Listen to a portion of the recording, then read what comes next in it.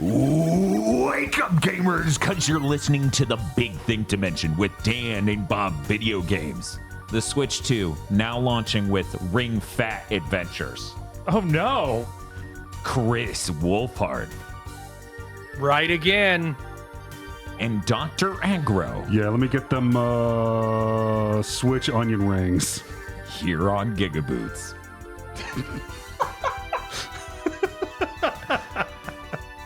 So, Fryman, I'm wondering why you deep fried my Switch. I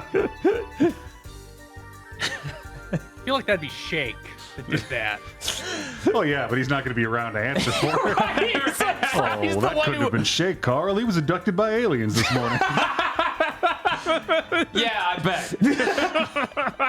Yeah, Frylock's the one who answered the door.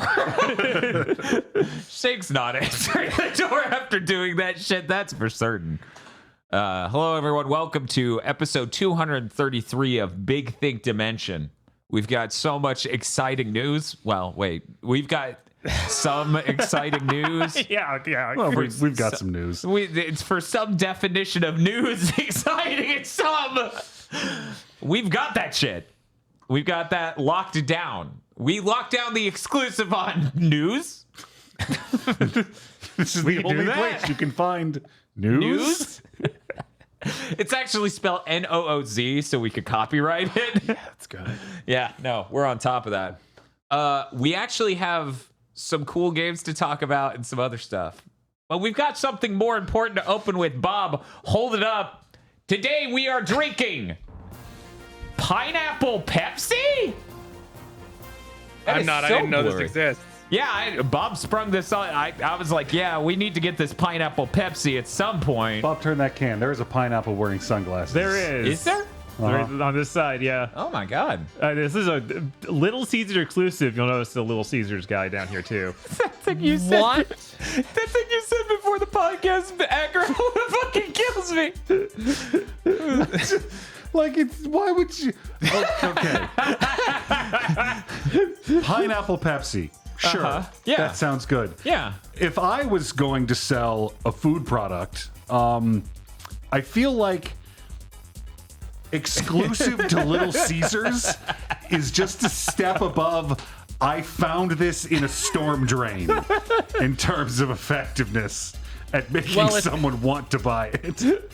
Well, it's like it's like the corporate version of like test markets where it's like, okay, you're in Boise, Idaho. Here's where we're gonna test like the Bacon Blast Oreos to make sure they don't make your eyes fall out. Sometimes I'm like, I want to live in one of those test areas and see all the crazy shit they make. But then I really think about it and like, do I really want to go in every week and try something Arby's decides the world isn't ready for? I really go ahead. It's like if this pineapple Pepsi makes you grow a second face, the people were already eating at Little Caesars, so it isn't that big a deal. Right. That's what I was gonna say. It's like they're testing against the strongest, most resilient humans, Little Caesars regulars. Oh my God.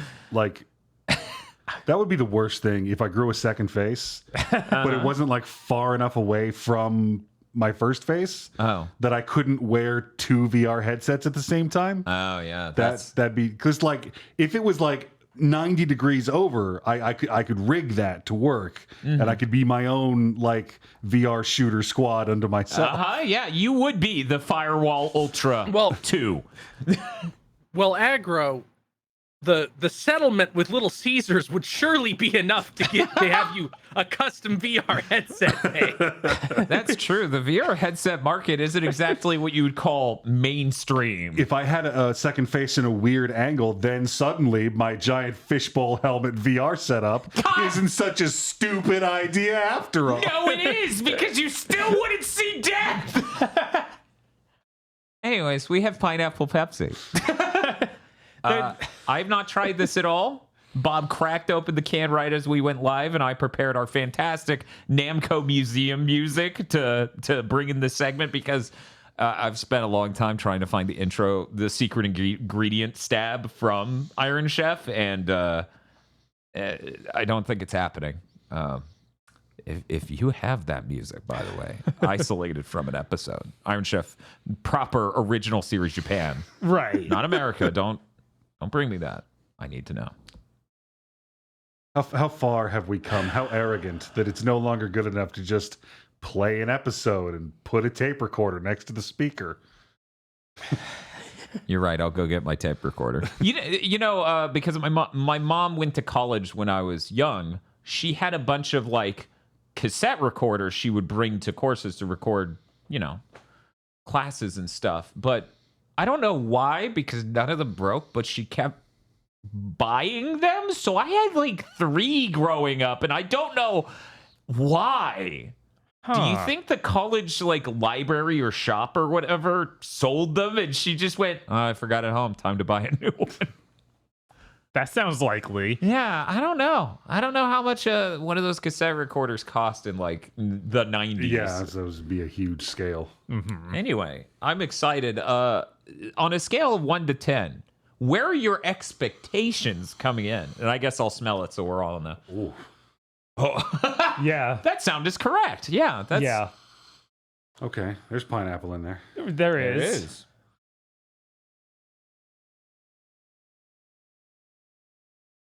Luckily, I had enough to drink before this where I've cleansed the like fluoride out from the toothpaste, so there won't be any adverse citric bad sort of reactions or anything else like that. I'm going to say I expect this to be... keep in mind, I'm on a diet, so this will be the fucking sweetest thing I've had in a long time. Right. I expect this to be at least a 6 out of 10. On a 1 to 10 scale, my expectations are a 6. I feel like it just might taste a little too sweet, but I bet it would work pretty well with some sort of liquor in it, like perhaps Crown Royal or something else. Bob.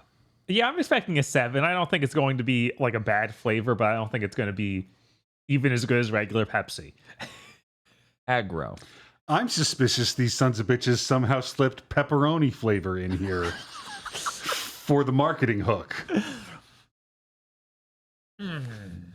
Like I used to work at a pizza place, and we would crack open cans of pineapple tidbits and save the juice, and mix that with soda. Now that's funny as shit because I worked at that same pizza place, but I did that shit at a different one.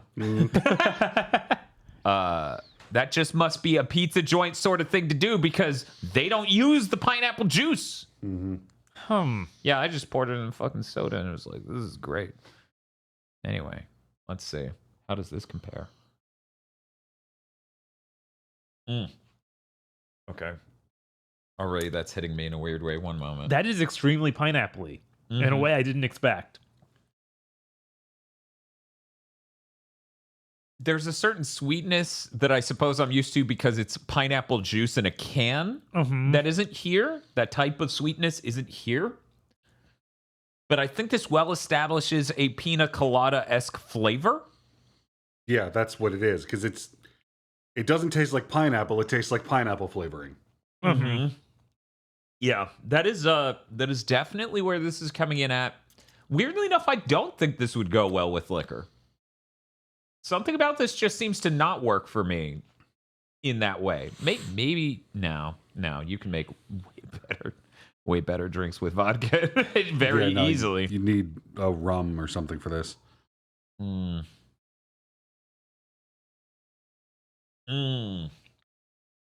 I'm ready to rank this. I wonder if pineapple's on the ingredient list. I will be surprised if it is. Pineapple juice concentrate. How far down the list is that? That's actually like the third thing. It's right after corn syrup. Wow.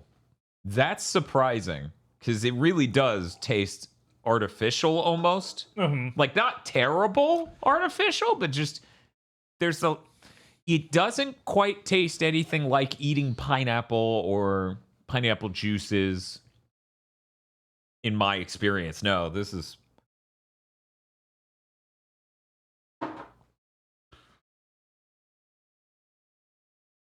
I'm going to go ahead and put this at a...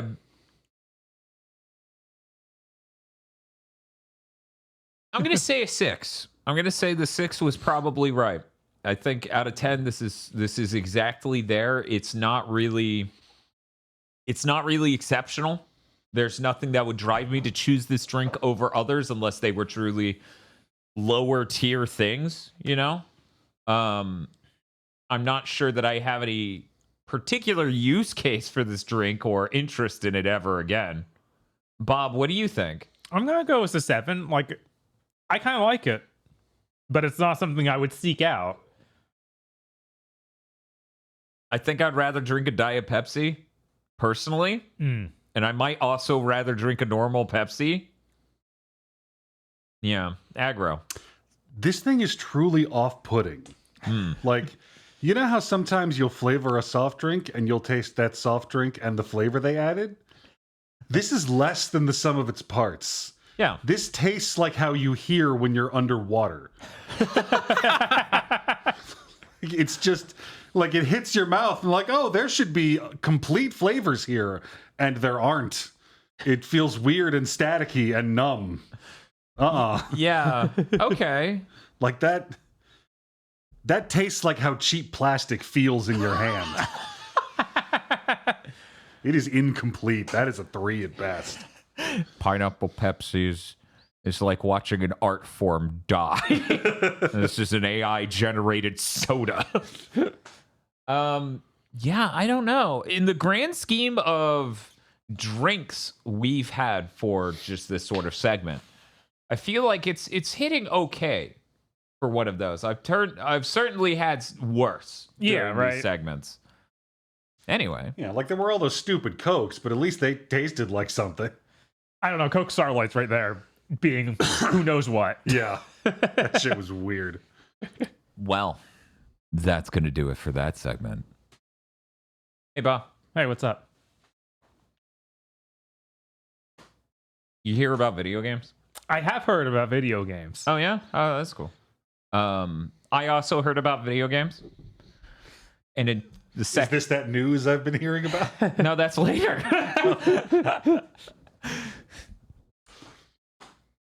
Keeping up with the tradition 2 weeks in a row, I guess I'm opening this fucking podcast with a VR segment and none of you can stop me.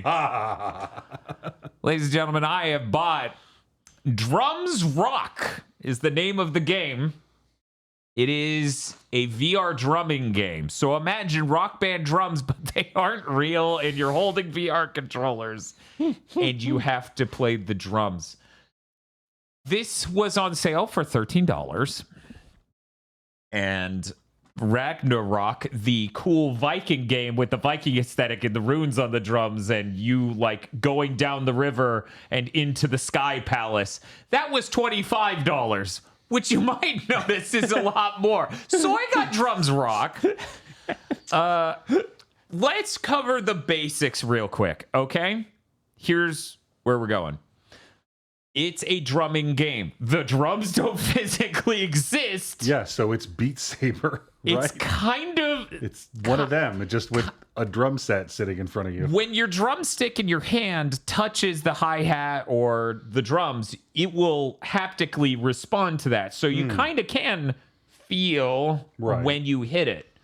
However, this already removes a grounded reality from playing drums in a rhythm game that like is important and very kinetic in the Rock Band experience. So when they do the next few steps of there's no normal note chart, you are battling demons that fly at you in 3D space and hitting the drums when they cross a certain threshold.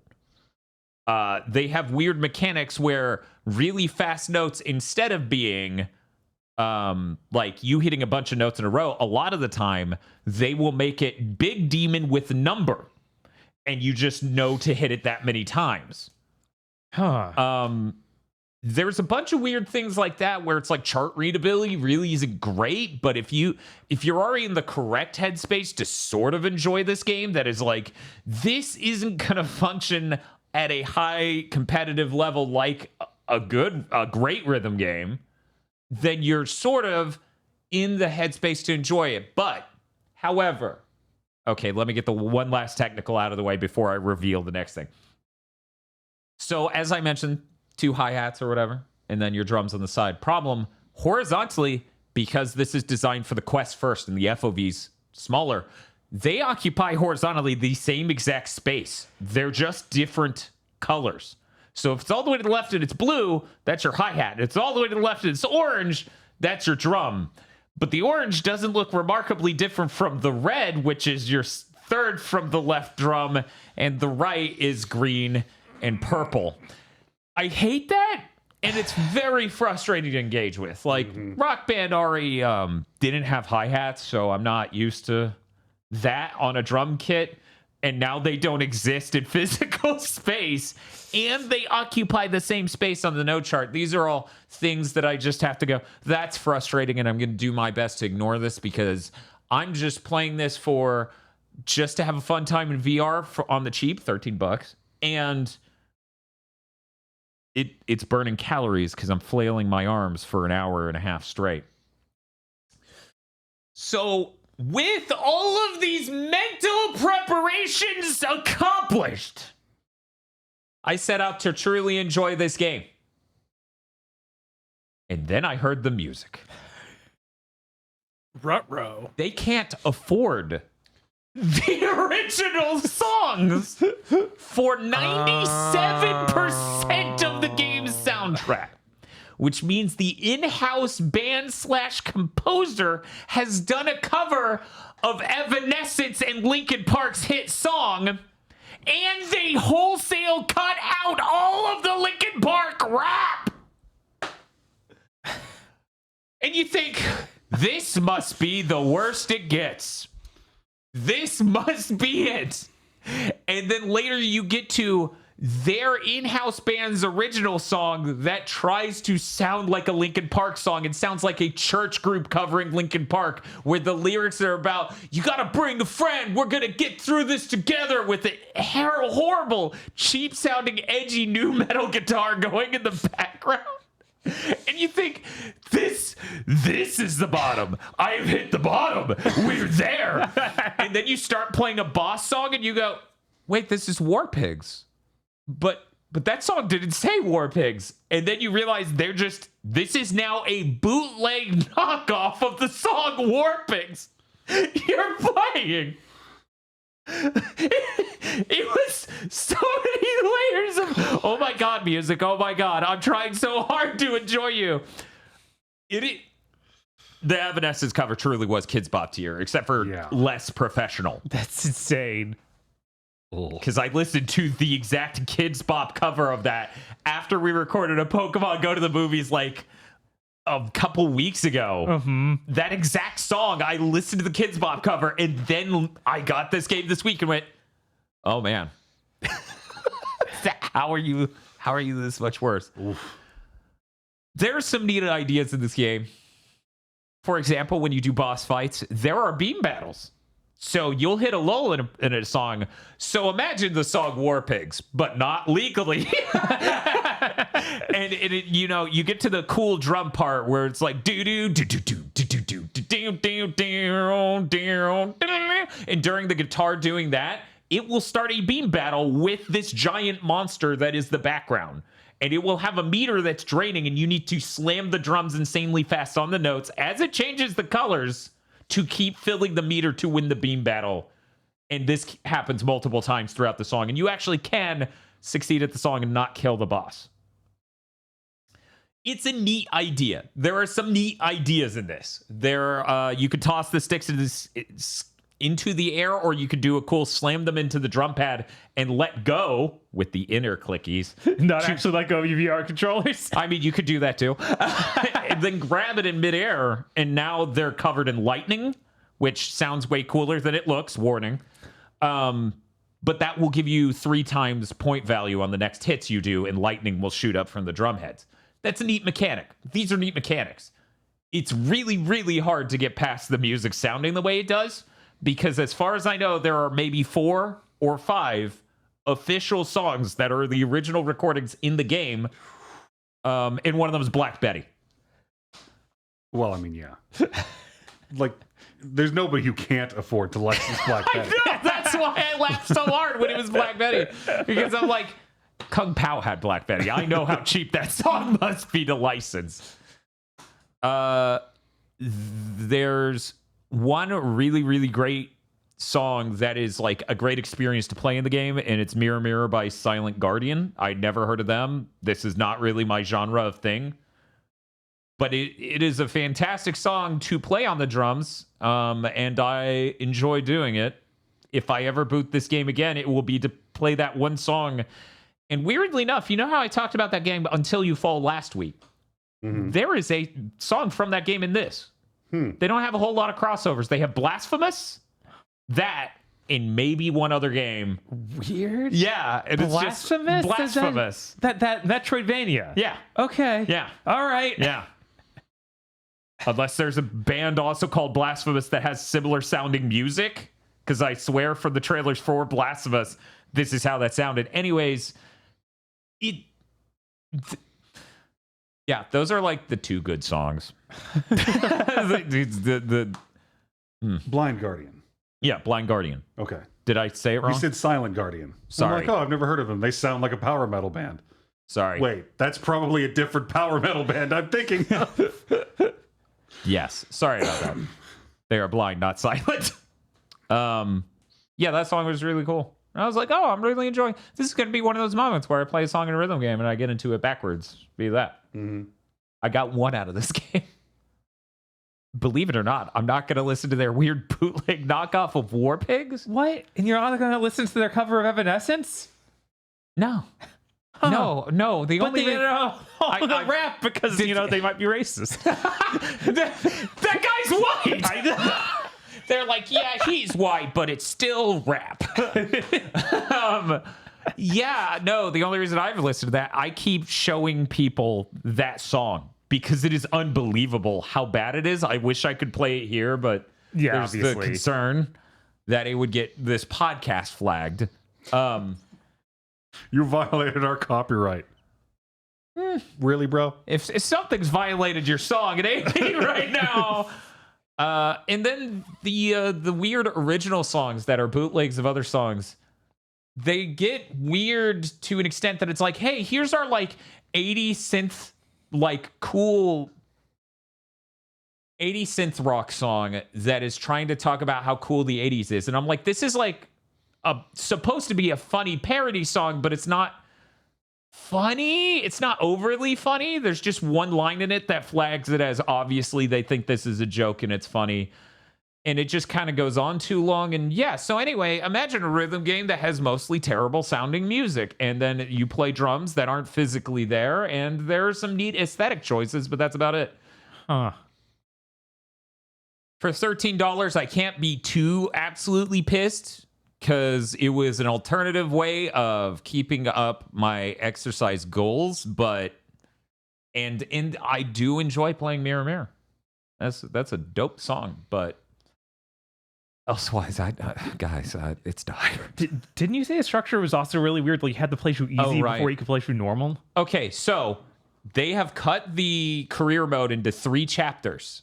And on the first chapter, you would be playing easy on every difficulty song until the final song of that chapter. And on the second chapter, you will play medium until the final song of that chapter is hard. And then the third chapter, you will be playing medium for the first couple still, I think, and then hard. And the weirdest part is the hard. This is one of those problems that you get into with more physically oriented rhythm games where there are a lot more drum beats in this than you are able to play with the drums because they don't have a kick pedal. They don't want you to have to hit a drum head every single part of a double kick pedal while doing everything else that's going on. And every song like that I've played on the harder difficulty every time devolves into interpretive notes where it's like this one note symbolizes 4 notes in the song, so I don't know which of the 4 it is. So this is deeply frustrating because once again, the chart readability sucks because it's in depth. I've played a few phone rhythm games like that where it's like, sometimes it's the drum beat. Sometimes it's when the sung lyric starts. Good luck. Yeah. So it has that vibe. And yeah, I've done a pretty good job of describing it. It's the sort of thing where I would like to let my friends play it like once or twice just to check it out. But I could never be like, you should buy this. People have told me, though, there is a demo on Steam. I did not check that. feel free if you've got a PC VR headset to check that out. I think. Do you have a VR game to? I do. Oh, wow. That's spent actually surprising. Significantly more money and had a good time. I fail to see a correlation. I bought The Room VR, A Dark Matter. I was so close to doing that. I was staring at it. You can ask him. I was like, oh, it's $30. But Yeah, it was. It was $30 for like a 5-hour-ish game, which is one of those, like, I can't recommend people do that, but I'll do it every fucking time. Shove that puzzle game in my face, please. yeah. Because I played through The Room like 1 through 3 on my phone, and then I bought 4 on Steam because I'm like, you can buy this phone game on Steam. How neat. It's basically an escape room style puzzle game. In this one specifically, like this was out on PSVR 1. Yes. Yeah, it's a free upgrade to 2. I was annoyed at first because it is teleport to move only and snap turning.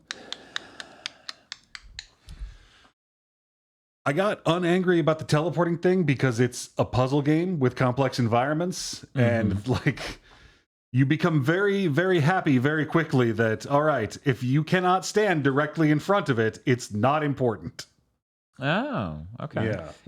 Yeah. That's important in that sort of game. Which is, it's how the phone games work. You tap and you'll swoosh toward this other thing, but it's VR, so it's just you point at the thing and you to where you're going. Like I said, it's kind of short. There's like 4 main areas and a couple other things that happen. I don't know how to describe The Room. I guess escape room is the best way to say it. You'll see a thing, you fiddle with the thing, and it'll give you a little doodad, and you go to another thing, and this isn't what that doodad's for, and you do this thing over here, and you escape room your way through the thing, and then creepy tentacles come out because that's the aesthetic The Room has. The Room is the one where I believe the first one I played, there's like a weird puzzle cube you move around and then solve. They are very fond of puzzle cubes and complex wooden structures that look kind of like cathedrals and physical clock gear work and sliding wooden panels and all These are a few of my favorite things. It's when you boot up the game, it does a weird thing where it's like you need to have a room scale space to play this game, mandatory. Huh. And I'm like, oh shit, I just spent $30 on this game. So I just lied to my PlayStation about how big my room was. It'll let me in. And then it's like, would you like to play seated or standing? What? My brother in Christ. My room scale sitting. Let's fucking... No, you do not need room scale to play this game. Great. If you take a step, even if you're fully within your set play area, it'll be like, please return to the play area. Why did they do that then? I have no fucking idea why this thing demands room scale, but it does not need it at all. In inverse news, I found out Firewall Ultra 2, which is coming out at the end of this month, which is like the high-end VR first-person shooter exclusive to PSVR 2, apparently has some sort of pedigree with it, is not room scale. And I started to get like, oh, that's sad. I had really stupid ideas in mind of like putting yoga mats down and diving, and then someone in the Discord was like, oh, don't worry, if it's anything like every other VR shooter, you can still just go shittily prone to shoot over a curve. I'm like, good, that's important, that's why I'm interested. But yeah, that game, because for people who don't know, they explicitly list on the store what modes it expects of you. It says standing and seating, and I'm like, oh, but yeah, apparently some movement will be fine. That's really bizarre to do the opposite, though. Yeah, be like, you need a whole room. What are you doing? Stop moving. You need a room for this phone game. Yeah, basically. It immediately won me back, though, because the game boots in and you're standing on a balcony overlooking like an 1800s London street, and you look down at your hands and you've got like tweed gloves on, and I'm like, oh my god, I get it. Okay. And then you cough and you have black lung. It does a lot of, like, The Room does this a lot, where its main gimmick is you've got a lens, So you pull up your inventory and you turn the lens on, and it reveals some shit or it activates some weird thing you can do. It does a lot of like, here's a puzzle box. Turn your lens on, and then the aperture on the puzzle box becomes movement selectable, and you teleport in and shrink down, and now you're standing on a thing in this giant room. And Oh, that sounds awesome in VR. no, in VR it kicks ass. Like I was in like a giant plywood box looking 4 stories down. Like, holy shit. I'm actually experiencing vertigo. This is amazing. That actually sounds really great. I wouldn't call it, as puzzle games go, challenging. Yeah. There was like 1 or 2 places where I just went, I'm out of items and I don't know what I'm supposed to do now.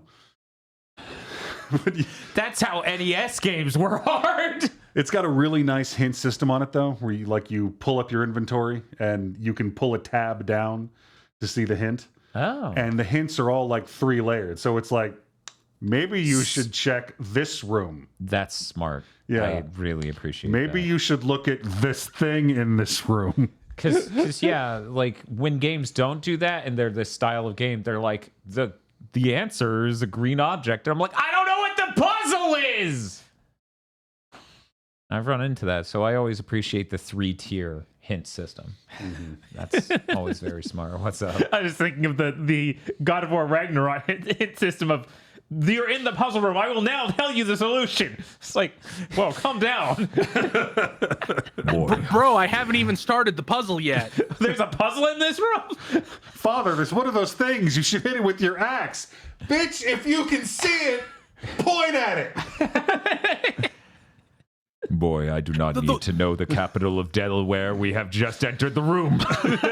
The worst of that in God of War Ragnarok was all the times it would bro, I'm solving the puzzle. I threw the axe slightly in the wrong place. I know what's going on. And it just immediately be like, you need to do this and this. I'm doing it. I know. Yeah, no, it's seriously just like, the axe will freeze. And I'm like, yeah, I know, I just missed, okay? Your father has shortcomings. Well, I'm glad you had a really great time with that for $30. I did. It was a whole lot of fun. But I did spend less than half that amount of money. You did. And got none of the joy. I got exercise though, which is like kind of like at a principle level almost the opposite of joy. You did get to find out about that band you didn't know about, though. That's so true. That's something. Yeah, and then I forgot their name immediately, apparently, because I called them Blind Guardian, and I would have been staring at Google going, mirror, mirror, Blind Guardian, and it would have been like silent, dumbass. This is amazing. It is Blind Guardian. Yeah, you got This is how my brain works, by the way. Welcome to my world. You ever wonder why I don't say the names of things? Anyways, did you have anything else you want to say about The Room? Yeah, you mean The Room VR? A Dark Matter? A Dark Matter? Not the movie? No, I'm good. Okay. I think that's it for the VR segment, I think. Now we can talk about normal things we play. Bob and I played Paper Mario for the first time in our fucking lives. Yeah. Man. Worst soundtrack in video game history. Oh yeah, no, this is fucking Mario's journey through a clown fart museum. Like I was not prepared for it to be like that bad. I was like, no Mario game has a soundtrack this bad, right? like guys, I'm not trying to be mean. I'm very seriously trying to reach out to you as a person, and I don't make this argument basically ever, but if you think that music is good, have you considered you just grew up with it? Like, those are not good songs. It is kind of staggering. I think it's one of the worst soundtracks in Nintendo games. Yeah. And it's 25-ish hours long of these terrible carnival sounding like, I don't think any other game this month is going to have a soundtrack that bad. That'd be impressive if it did. I would be fucking floored. I mean, Mario and Luigi has Yoko Shimomura. Right. So you're safe there. Right. It has the director of Super Mario RPG and Yoko during the composition. Yeah. Thousand Year Door having bad music? I can't imagine it having a soundtrack as poor as this. That seems impossible. I replayed it like fairly recently too. Right. But yeah, no, this isn't it doesn't measure up the Super Mario RPG because of course it doesn't. Like that's one of the peaks of Yoko's career, and she is an incredible composer. I just think this is a really bad soundtrack. But let's move on from that. I was surprised how cool the badge system in that game is, allowing you to like level up your capacity to equip badges, which give you different advantages, such as having. How do I put this? There was such a myriad of effects from badges. It's hard to like quickly run through broad categorization. Yeah, they had a lot of cool stat effects. Something I didn't like about those badges was that they also dictate your move set. Yeah. I felt like at a certain point it was like, well, I started this battle, but I didn't bring in the moves that make sense for this battle. So in the ideal world, I had a quick reset and I just restarted the whole from a save point because it's pointless to play like that. Because a lot of times you're just be like, well, Mario is your only character, like full character. The other guys are all just like one dude with you can summon one at a time. Well, I mean, you're not summoning them. They come in with you, and you can swap them out for each other. And they do have moves. Yes, they do have moves. Like, I think your description there really undersells that. But, yeah, they aren't fleshed out with equipment, a badge system, or anything else. They don't gain levels. Well, kind of. You gain levels, so they get more powerful, it seems like. Well, you give them the jewel. Yes. You give them the power-up jewel, and then they get more moves and other stuff. So in a sense, they level up, but not in a normal way. But yeah, they have their own sets of moves and stuff, but Mario is the main guy, and their moves kind of help him. Like, a lot of them are, like, boosts for him and things that go along with things he should be doing. It felt like. Some of them, yeah. It's like half and half. I mean, they have attacks. Yeah, they have attacks. Right. I'm not saying they don't, but I'm saying that their attacks are not going to be the major damage dealers compared to what Mario can do if you have the right moves set loadout. Sure. So it felt frustrating for some battles to be so oriented to like, okay, I need to attack him this way. Like, he's only vulnerable to jumps. So if I didn't bring jump moves, I'm just kind of... Then you swap out for, what was it, Paracarry? And then that's your anti-air until Bombette gets the ultimate bomb and can blow up everything for 1 billion flower points. Right. But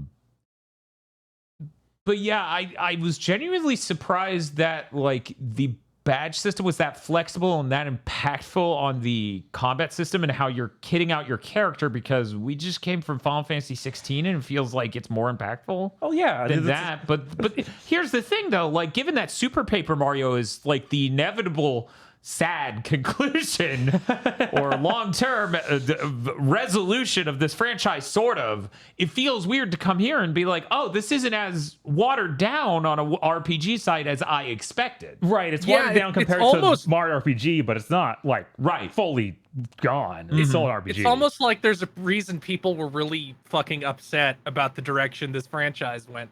And real quick, I need to explain to the listeners why people are mad at Super Paper Mario generally. You know, unless you're really young and got it when you were like 6. You need to understand that from the Nintendo 64 to the Switch, 4 console generations, basically 20 years, Nintendo platforms didn't have RPGs. Not the consoles, the portables did. Right, yeah. Yeah, Xenoblade was... it's like in 64, you had Paper Mario and Quest. GameCube, you had Paper Mario, Tales of Symphonia, and then you had some ports from the Dreamcast. You had like the Evolution games and Skies of Arcadia, both got GameCube ports. There was also a Fire Emblem. Yeah, Baten Kaitos. Yeah, Baten Kaitos. Yeah, which was made because they had so few. Then the Wii. Paper Mario's gone now. It became Super Paper Mario. Yeah. You had Xenoblade. Which was the very end for America. It was the very end. They didn't fucking localize the Wii Tales game, Tales of Graces. They only localized the PS3 version of it. So you had like Xenoblade and Arc Rise Fantasia. Yeah, so Paper Mario was like what was it, and then Super Paper Mario came out. It is an entirely different game. that even aesthetically does not follow the Mario stuff. Like, you don't have a bunch of unique looking characters. You have these weird characters just made of geometric shapes. This might seem really alien to a modern audience, but imagine you took a pretty good RPG franchise and you made it less of an RPG, and there was a shift in gameplay that was off-putting to some. That might upset people. Some people might be upset. And then they tried to go back for the portable ones, and then Miyamoto's like, you're not allowed to have a story, and also you can't have actual RPG mechanics. They give Miyamoto So what is the point of this game? Let him loose in the office. Also, I'm sorry to Super Paper Mario fans, because what I'm about to say, if Dan and Bob ever do a stream goal, the sentence I'm about to say is about to increase that goal by $300. There's an entire enemy subclass in Super Paper Mario that is just a flying ass that farts on you. Oh no, that's a whole enemy subtype. They just did that. I see tons of people in chat listing all these RPGs on the Wii. Most of those were in the final year. I mean, it's like they're listing all these, and it's like 3 because they're scraping the bottom of the barrel. But yeah, it wasn't prevalent, and Nintendo didn't really make them all that much. Nintendo didn't make them. People hardly made real games for the Wii at all. Yeah, like, I'm sorry if you love the last story or the Wii version of Baroque. I'm sorry. Those don't compare to looking at the PS2 or the PS1, DS or the 3DS. Yeah. The PS1 is the all-timer. It's pointless Right. to compare. The Nintendo 64 just got beaten to death on the RPG front. It's true. Like 90% of the greatest RPGs ever made are on the PS1. Yeah. I was thinking earlier of how much I would have just hated Paper Mario Original if I played it in 2001 when it came out. Yeah, because I played it after Final Fantasy 9. Right. I played it around then and was like, this is all right. And then I played Thousand Year Door when that came out at launch, and I was like, this is much, much better. What exciting iterations will the future of this franchise hold? And then they smothered it to death. So that's why people don't like Super Paper Mario. Maybe someday I'll go back to it and give it a fair view where I'm not mad about what it isn't. Right, and that's like that's a really difficult thing to separate from. Like, it's really hard to do in that. the moment at the release. Yeah, and you're not wrong to feel that way. That's the thing that shouldn't be complicated for people to understand. It is perfectly normal to feel alienated or mildly betrayed by a thing that you like changing so drastically to be a completely different thing for a different sort of audience. Like, you're trading what you were building up and what you were good at for something else entirely. And yeah, I actually do really want to play Super Paper Mario until you said that part about the flying asses, and now I kind of don't. Yeah. That's God. literally one of my, like, I hate it every time a cartoon's like, here's a fart joke. And I'm like, I would have been fine without that. Thank you. Yeah, maybe I'll try it again one day, because I remember I gave it a shot when it came out. And then you were like, this ain't a fucking RPG. Yeah, I was blown away that it wasn't an RPG, and it was a really bad platformer. Like, it didn't feel like a Mario game should at all. So it was like, Right. Yeah, what is this? It didn't like it's not. It doesn't. You still platform pretty much like you do in Paper Mario. Like, your jump is better, but you still, like, it feels like Paper Mario still. But what really killed it because I bought it and I didn't even beat it. I've never beaten that game. I chopped out like chapter 5. I think there's like 7. Because it's just, there's no character designs I like. They went with this bizarre, okay, the characters are made of spheres and cubes and triangles, and I'm like, why aren't these actual character designs? I get that you wanted to do something different, but man, you sure Yeah, that's didn't weird. make anything memorable at all. Getting back to Paper Mario itself, though. Yeah. Yeah, really, I enjoyed my time with it, and I thought it was really cool. I think Bob's probably right. If I played it back in 2001, I wouldn't have been the biggest fan, because the PS2 would have already been out for several months. The GameCube was coming out later that year, and I'm playing this weird 2D game on my N64 that doesn't run great, which is a little frustrating when there are timed hits and things. Yeah. And the story and music is so much lower than what I expect from an RPG, especially back then, coming off of like Square Enix games and stuff. Like, they had amazing soundtracks during the PS1 era and some really great stories. So I don't know. I did not expect the story of this game to be like a weird recreation of the story of Super Mario RPG. Yeah, it is just really, really similar. Yeah, like there are times where it feels like it's trying to do something one-to-one, like you make the beanstalk. I'm like, what? And then it has the very end thing be the parade with Luigi leading it. And the whole thing's about the stars, the Star Road needing to be repaired, just like Mario RPG. But instead of that being a cool, mysterious thing, it's these awful-looking star designs. Yeah, because they take the blanket of a star and then just make a character on it by sort of like drawing accoutrement or whatever. Yeah. Like, oh, this has a mustache and this one's old. And yeah, it's a very interesting, very bizarre thing. I wish the music and story was better is basically how I came out of that. I also, I don't think you got this out on the stream, but I agree with you that the last dungeon is really underwhelming. Like, it feels weird that Bowser's Keep, which wasn't even the last dungeon of Mario RPG, felt like it had more ideas. Yeah, it's so weird. I feel like the beginning and end of this game are the worst parts. And there's like 2 solid hours of just mid. And then the rest of the game is fine. Oh yeah, no, it really picked up past the prologue They really do keep you without the combat system for way too fucking long. Yeah, that has guaranteed I'm never going to play that game. Because you know how Super Mario RPG has timed hits and things. They just disable that for the first hour or so of this game and a bunch of other systems. They're like, no, this is the dumbest RPG you've ever played. And I'm like, well, please Dan, don't. if you play that hard mode mod, they give it to you instantly. They also give you the thing that makes your spin faster and longer for free. That's just cost 0. You can have it all the time.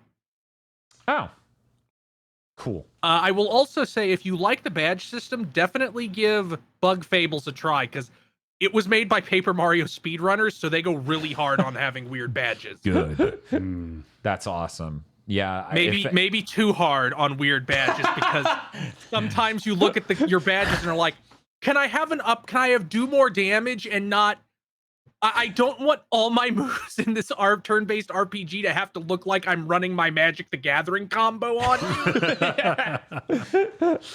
you. You got your sliver layout for your fucking badges. Oh, but you see, if you have this badge that makes you always poisoned, and then this badge that makes you do more damage while you're poisoned, and then this badge that makes poison heal you, your dick is enormous. And I'm like, oh, okay, I'd rather have a badge that made me do more damage and cost a bunch of points like Paper Mario 1. They need to do Bug Fables parentheses medicated edition, and it's just a much more normal, approachable badge system without this unlockable crazy stuff. When did Bug Fables come out? I've been wondering. A while ago. Okay, okay. I definitely got way more. 2019. Okay, I got way more interested in Bug Fables because of playing Paper Mario. I think 1,000 Year Door is probably going to be a really great game. Yeah, I'm really excited to try that. I feel like one of the biggest things that's annoying in this is how hard the timed hits are, because it's running poorly, and some of the spacing on that stuff is just weird. Like Mario does his jump, and it's different for every character how high above him he goes before he hits them. Because the enemies are different sizes, which means they're different amount vertically, and even though they're a 2D image, they have perspective sometimes, kind of. And so, like, sometimes you'll be bouncing directly on top of the head, and other times it'll be their eyebrow, and other times it'll be their nose, and there'll be various sizes, and it gets a little confusing. I remember that, like, the timed hits and defense being much easier in 1,000 Year Door. Yeah, because this I found way harder than Mario RPG ever was. Yeah. Yeah, it's a little bit easier to time when your characters are only a few pixels tall. Right. Yes. And there's just a locked perspective and everything. Right. But yeah, I'm really excited for the rest of this month. I think these are going to be really great games.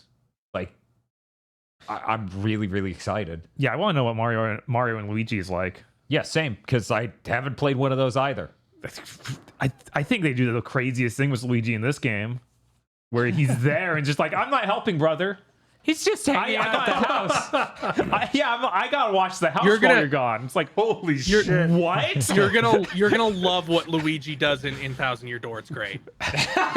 They give him an incredible role. It's like they made him a villain in this one. It's funny as shit, though. It's so funny because first off, he talks and Mario doesn't. Mm-hmm.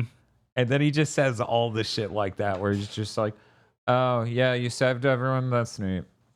You got a letter, by the way. Continues to work on vacuum cleaner.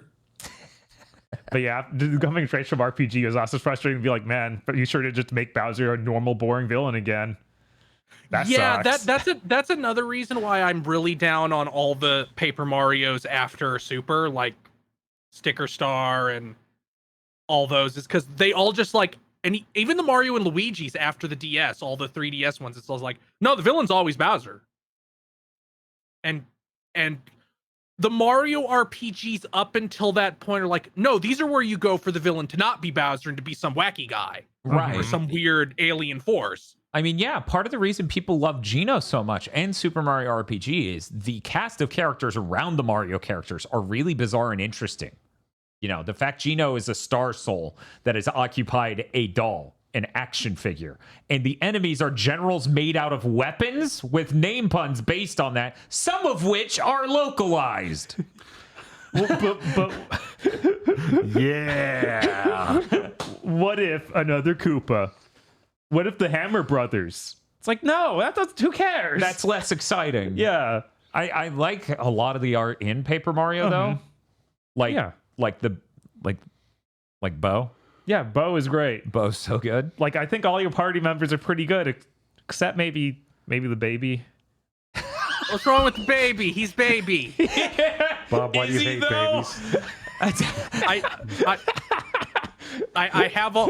I have always loved that Bo does the Ojo laugh, but it's gwahaha instead of oh ho ho. Which, when I read that text, I was like, oh my God, they properly transcribed a boo laugh into letters. Uh-huh.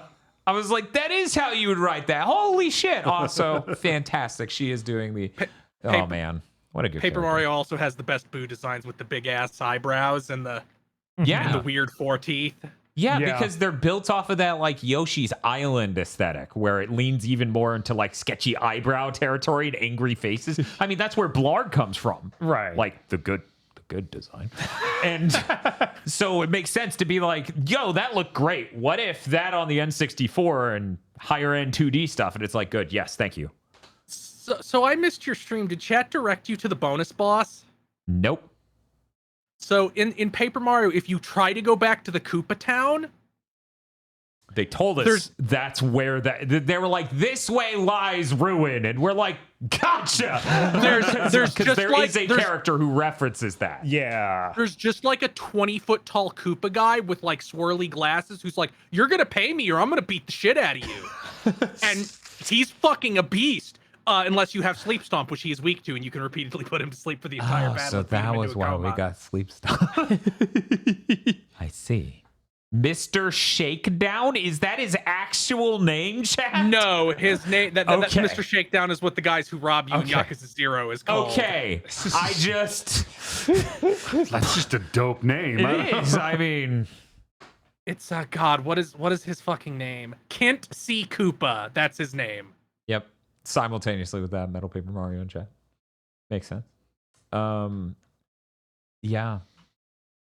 I'm really excited, man. Yeah. No, I'm confident Thousand Year Door will be a way better game in every way. And this is the craziest part about this theme month, because I don't think it's ever happened before. This is a Mario RPG theme month, and for the third stream in a row, we're starting a new series because we did Super Mario RPG and then Paper Mario and now Mario and Luigi. How does this keep happening? How did no other franchise does that? They do sequels because they take medication. We should make a sequel to Super Mario RPG. Oh yeah. Oh, new franchise with different gimmick? No, we should do a sequel to that one they liked, so that they'll buy it. New franchise with different gimmick. And then, no, we burnt that bridge with Square Enix, so we have to. Yeah, They did try to get Square Enix to make a sequel to Mario RPG 2, and they were like, "We're making fucking Final Fantasy 7 over here, bros. Yeah. Like, we're busy." Can you imagine though if they had brokered that deal and Square Enix brought that 7 energy into Super Mario RPG Well, 2? hopefully, once the remake sells 15 million copies, and they're like, "Hey, Square Enix, can you make us another one, or possibly are already making one that will be out at the launch of a hardware platform?" Yeah, the hope is that the Switch 2 will be one of the greatest libraries of games since 5th gen, since 6th gen. Because it won't be as high fidelity as the other two. And you can make a game that sort of runs well there that scales up to the other two. And Nintendo has been so unbelievably good at Switch titles. What I'm saying is I'm very excited for Astral Chain 2. They're going to nail it this time, and you're all going to eat it. It's reminding me of that situation the DS was in perfectly, of like, everyone else has moved on from 2D. We just have here the best 2D platform you can have at the moment. Right. They get to do 8th gen again, but they have more horsepower than the consoles had during 8th gen. PS4 for anyone who's struggling. And they have built-in hardware bespoke temporal AA. Those two things are such a massive advantage, and there's a really good chance the CPUs are more powerful because the PS4 and Xbox One had potato fucking CPUs. That it will just be something incredible. Hopefully. Very excited for tomorrow's stream. Of Mario and Luigi Superstar Saga on Game Boy Advance. Yeah, I've never played that. Like, no. I've not played any games this month except Super Mario RPG. Same. And basically all I know about Mario and Luigi, is that they have, if I'm not mistaken, a idle animation where they like do a little dance. And I'm like, that's a good animation. In the battles, when you highlight like which one you're using and what move you're going to use, like while you're going through the combat menu, they're doing a dance to the music. It's good. It's a good animation. The first 3 of those are real good. Unfortunately, the other 2 are on the DS, so they're a nightmare for you to try to do any content about. We have a Wii U. I can't remember if I actually bought those before the store went down, but there are means to figure that out. Long term, if that's something we're interested in. But yeah, very excited. Hey Bob. Hey, what's up? What else did you play? I played a new game that showed up on Steam this week. Yeah, what's called Pseudo Regalia. Oh, that Regalia pseudo. Oh, that's cool. It's a weird 3D platformer Metroid style game. So there's like the whole thing is you're in this explorable castle. There's almost no story, but it's got a setup where it almost starts like Ico, where there's a bunch of hanging cages, and then you just wake up as one of these creatures, and you play as this furry lady with huge thighs. That's where I've seen this character design. I'm looking at the Steam page. I'm like, oh, I've seen this before. There's even an accessibility option to give her pants. Did you say accessibility? Yes, it's under accessibilities. And it is the only accessibility option, I'm pretty sure. I'm pretty sure there's not anything else under there. Yeah. But this game has really cool movement. Like, there's a ton of movement options, so you get through it, because it's a Metroid style game, so you're getting new abilities all throughout to get through to more parts of the castle. You get like a ground slam where you jump up from it, and you have a high jump off of that. And at the top of that high jump, you can also do like a backflip, which can totally break the game in a lot of places. So you're just meant to kind of use that to turn yourself around in midair and backflip onto a platform. You also get a slide, and you can slide jump out of that to do like a long jump in a Mario 64 style. And it all combos together really well and feels good, and it's constantly introducing these new abilities. The game is only like 5 or 6 hours long, but it's only $6. There's a bunch of graphic settings that starts on, like, it wants to go, it's going for a retro aesthetic, and some of that's not great. Like, here's your CRT filter that's already on, animations running at 20 frames per second, in all this. And lucky you turn all those off and just have a clean 1440p image. My God, I super miss Castlevania 64. I want more games to look like it. It has a little bit of combat, but that's really not the focus. Like, you have a 3-hit combo, and it's pretty simple. The weird thing is the enemies do damage when they touch you, which typically you don't see in 3D games. Usually that's like, okay, they have to do some sort of attack. So you really do need to keep yourself from like actually touching the enemies. And it has a heal mechanic where you beat up dudes and you're charging a bar. As the bar gets to higher levels, you get higher attack power, but you can also spend it to heal, which is a neat little like balancing act. The funny part though, when you heal, it makes the Taco Bell gong. Good. Yes. Or at least something very similar. It's like close enough to make me laugh every time. It's got a race for the border. I am digging this giant cross tonfa thing. Yes, she has just a weird, bizarre, gigantic cross. There's only like one boss fight. Which, like, it's like a 5-hour game. Yeah, it's really just about exploring the environment. There's no map, which does get a little like, I played it all in one setting, and even not then I was like, where was that? Because I got this new ability. I'm like, how do I get back there? Because I don't have any sort of map to guide me as to even how these areas connect, because it's divided into like 5 different sub areas.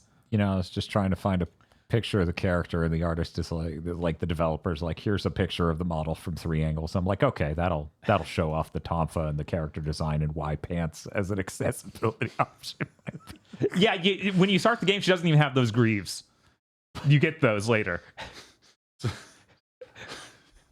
So that's really what the title refers to, that she's not actually wearing clothes. She has sort of a pseudo outfit. It's true. You also find other outfits in the game. Like, I found a like assassin ninja style suit, and it's like, oh, she has pants, but then she shows her cleavage. It's gotta drag the slider over. Right? Yeah. It's like one or the Rather other. down. It is only one axis. That's it. But I really like this. Like, it's really just the way they got the movement feeling is right. Like that really nailed that, and that's the only point it had, it felt like. Right. And like, you can tell, like, I was just looking at you playing it. I haven't played it at all, but like, there's just a solid feel to it, and the environments look really cool and minimalist in a sort of N64 Castlevania 64 almost sort of way. Yeah. It's you're playing on the 1080 Ti. Mm-hmm. What resolution was that? Because you were basically locked to 120 from what I saw. That was 1440. So yeah, it was runs 120 really well. for 1440, and I think it's on Unreal 5. What? Weirdly enough, What? right? What? Yeah, I was trying to remember. There was some Unreal 5 game I played this week, and I was like, it was that. What? Pants can't contain all this nanite, son. That's crazy. Maybe it was 4, but I was thought it. crafted in nanite. That's crazy. But yeah, no, that looked like my exact sort of jam. You said it was $6? Yeah, $6. Why didn't you tell me that yesterday when I was looking at you play it? I don't know. God damn it, man. How's your fucking drum game now? Because I was editing a gigantic fucking video, and Yes. it's been days of my life. Man, that's awesome though. Like, I hope they bring that to more things. Yeah, hopefully they bring it over to stuff, because I can't imagine it not running on things. Yeah, if 1080 Ti is running it at 120 frames per second in 1440p, that means the PS5 version should be 4K 120 easily, right? With plenty of headroom. But yeah, I'm psyched for whatever else they go on to work on, because you can tell this is kind of like, it feels like it was built to make this movement system, and I have to imagine they'll just pull that into something else, like make a bigger game out of it. Mm-hmm. But we'll see. Or more furry art, I'm not sure which. Yeah, it's so about the struggle of me finding a picture of the actual game, even on the developer's Twitter. It's just retweets for pages of like furry art, and I'm like, damn, the community responded. Yeah, now I'm trying to think if I had to mute their retweets, because I found out about this game months ago. I was like, oh, that movement looks really cool. I'm not sure about this character. The character's great. I don't know what you're talking about. Somebody in the chat was like, here's a direct quote from one of the top reviews. It made me a furry, 10 out of 10. And I'm like, this is kind of like the opposite of how I felt about that drumming game and that one song where I'm like, I don't want to be into power metal.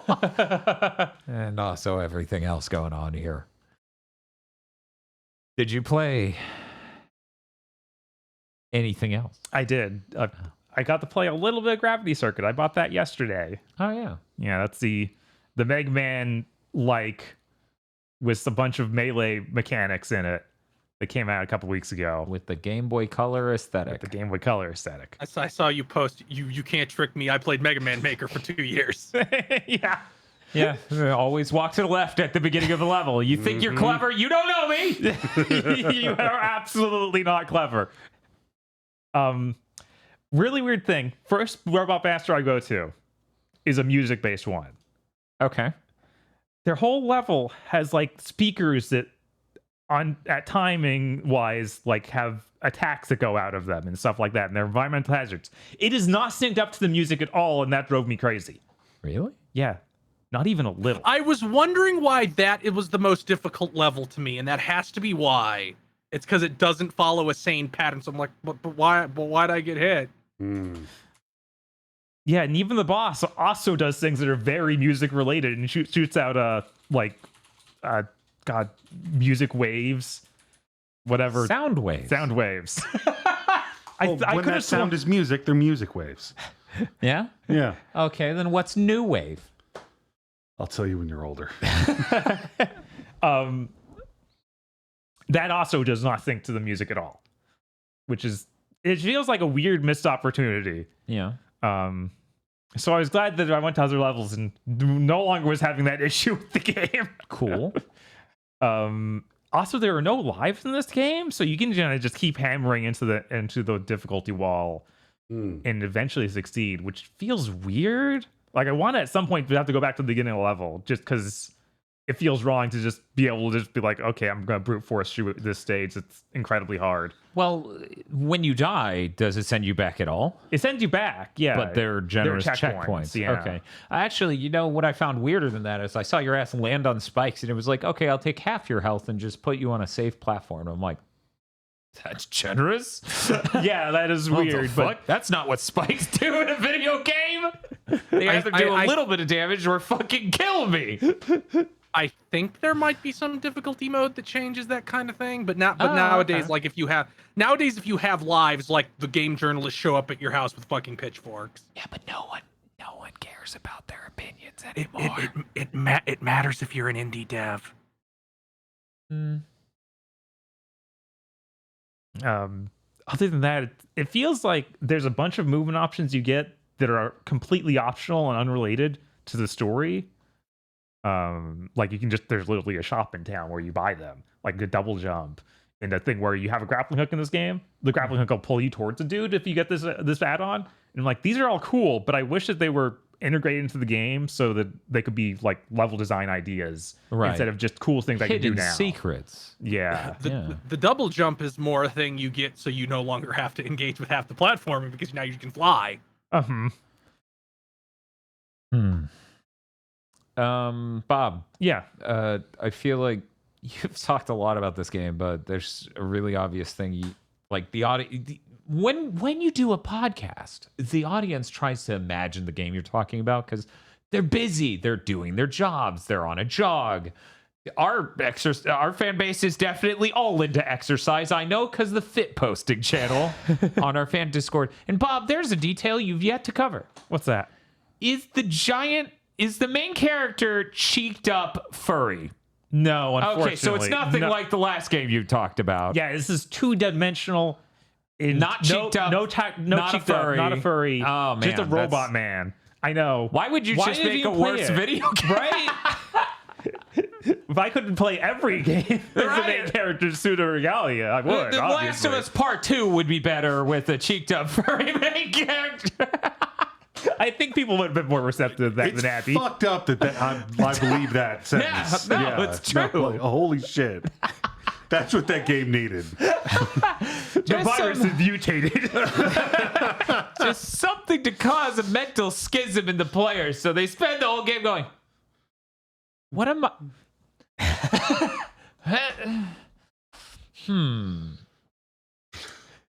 So is it going well? You like the music? The music's been pretty good. Yeah.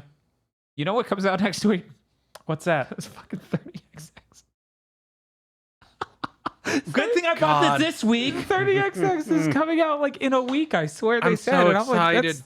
it's been forever. Yeah, because I was just like, I'm going to get this before Armored Core comes out, because if I keep putting it off, it just won't happen this year. Right. I'm in danger. Yeah. It was like, and so far, I'm like, this game is pretty good, but I don't know if it's going to crack my top 10 even. But I need to keep playing it. Weirdly enough, I might like Bat Boy more, but I haven't played the full game. I've only played that demo. Okay. It's going to be really good when my top 10 is a bunch of VR games and some Mega Man likes and Resident Evil 4 remake. And Armored Core. And Armored Core, of course. My God. Fucking Return of the King moment. Right. Like fucking unreal that we're getting that. And it looks so good. Sorry, I try to not gush about Armored Core on content because It's gonna be funny. It's gonna be funny where it's like, none of you guys put Spider-Man 2 on your top 10. I'm like, did you see this year?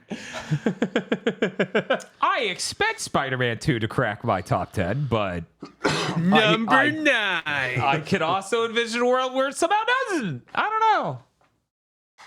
And the only other thing I played this week was some Final Fantasy 12, which I keep playing, but I don't need to talk about it on the podcast every week. But this week, I'm going to talk about it because they had the most insanely annoying boss they could have made with their combat system. They know it. Ooh. It's 5 little dudes. They're like this tall. Okay. I'm holding up about a foot in length and height. Sure. They're about. Yeah. They're like a foot tall. They run around in different directions and put you to sleep. And that's all they do.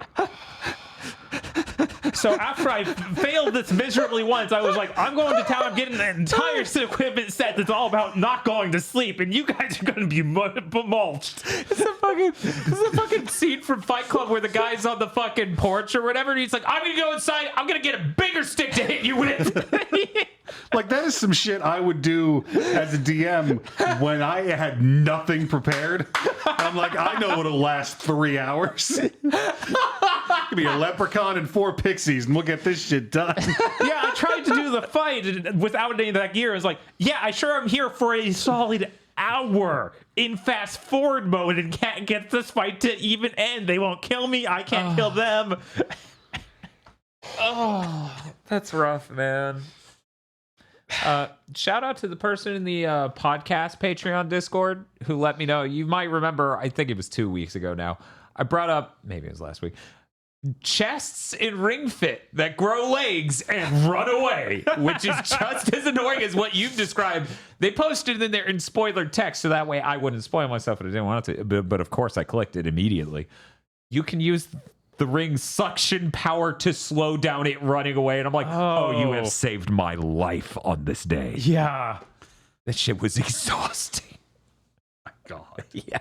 So about annoying shit in RPGs. Right? Motherfucker. But that's it for what you that is it. I played Ring Fit. Hey. That game's really cool. Yeah, I need to pick it up again. It's been since launch. I'm almost done with the first skill tree. That game is really fucking cool. I had so all of those statements are separate and not related to this, but I have to tell the story on this podcast.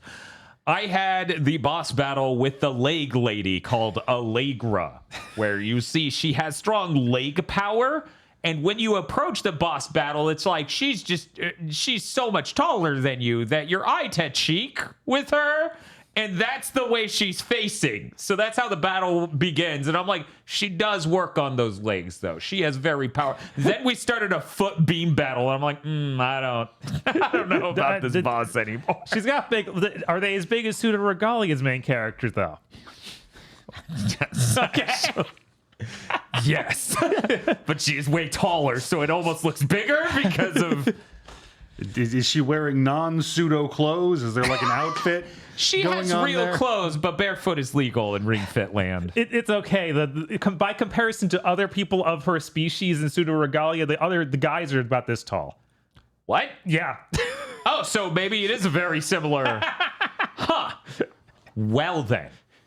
Yeah, that game's really funny. It has lots of great gameplay. I really enjoy all the different systems they build in for, like, player agency and having an effect about how you're doing the battles between the smoothies and the skill tree and all these different moves being different exercises for you to do, and also doing different amounts of damage to a differing number of enemies, and me getting choices about what moves I go and get. I'm not saying any of this to own any other game that may have come out in the last 2 months. This has just been a really fucking great time in a way where I thought I would burn out by now. Mm-hmm. But no, I'm almost frustrated that I can only do about an hour and 20. In fact, I went too hard on Ring Fit because I was having so much fun during the session I'm talking about literally right now, where I fought Lake Lady and did an entire world. I went too hard on that session, and it was like 800, 900, 1,000 calories or something, and I just, yet again, burned out. So the rest of the day, I was just like, I don't want to fucking do anything. And it's like, Dan, you have to edit the 3 camera. I'm like, I'll edit your mom. As I'm melting. I feel really bad that when you said smoothies, I was like, is that a slur for something in that game? Oh my God, you have single-handedly ruined that universe. Ring's just sitting there throwing out the word like it's nothing. I had a thought, though, in the middle of my way too long session of Ring Fit Adventures. Do you think Lazy Town exists in the world of Ring Fit Adventures?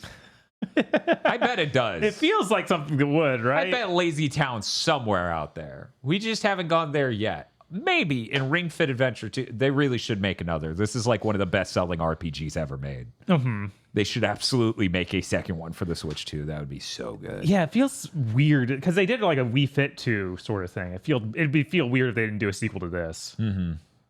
Yeah.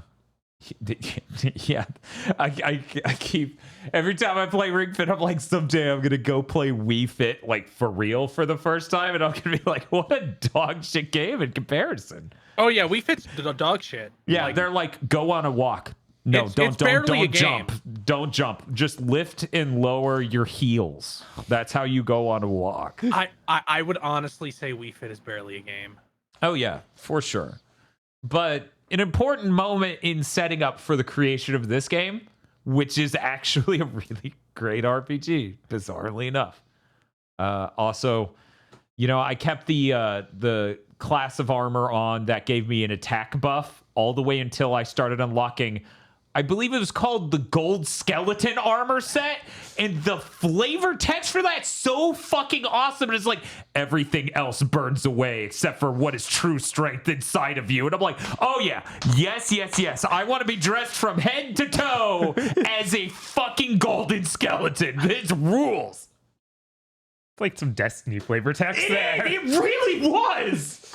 I was like, yo, these are great stats, and that flavor text is incredible. Let's go. Anyways, that's it. That Ring Fit and VR segment over. You could go over to your dad's house now. You play anything else, Aggro?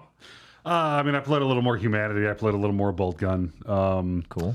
I did pick up the demo for Sea of Stars on PlayStation. Ooh. I didn't realize that was... Yeah, Yes. it's the same one they released a few months ago, but now it's just everybody can download it again. Okay, cool. Played that whole demo, and I'm still not sure about that game. Mm. Like, it sure is quirky. You made me realize something. Mm. If you, I can append it to the end, though, if you had an immediate thought to go into. No, go for it.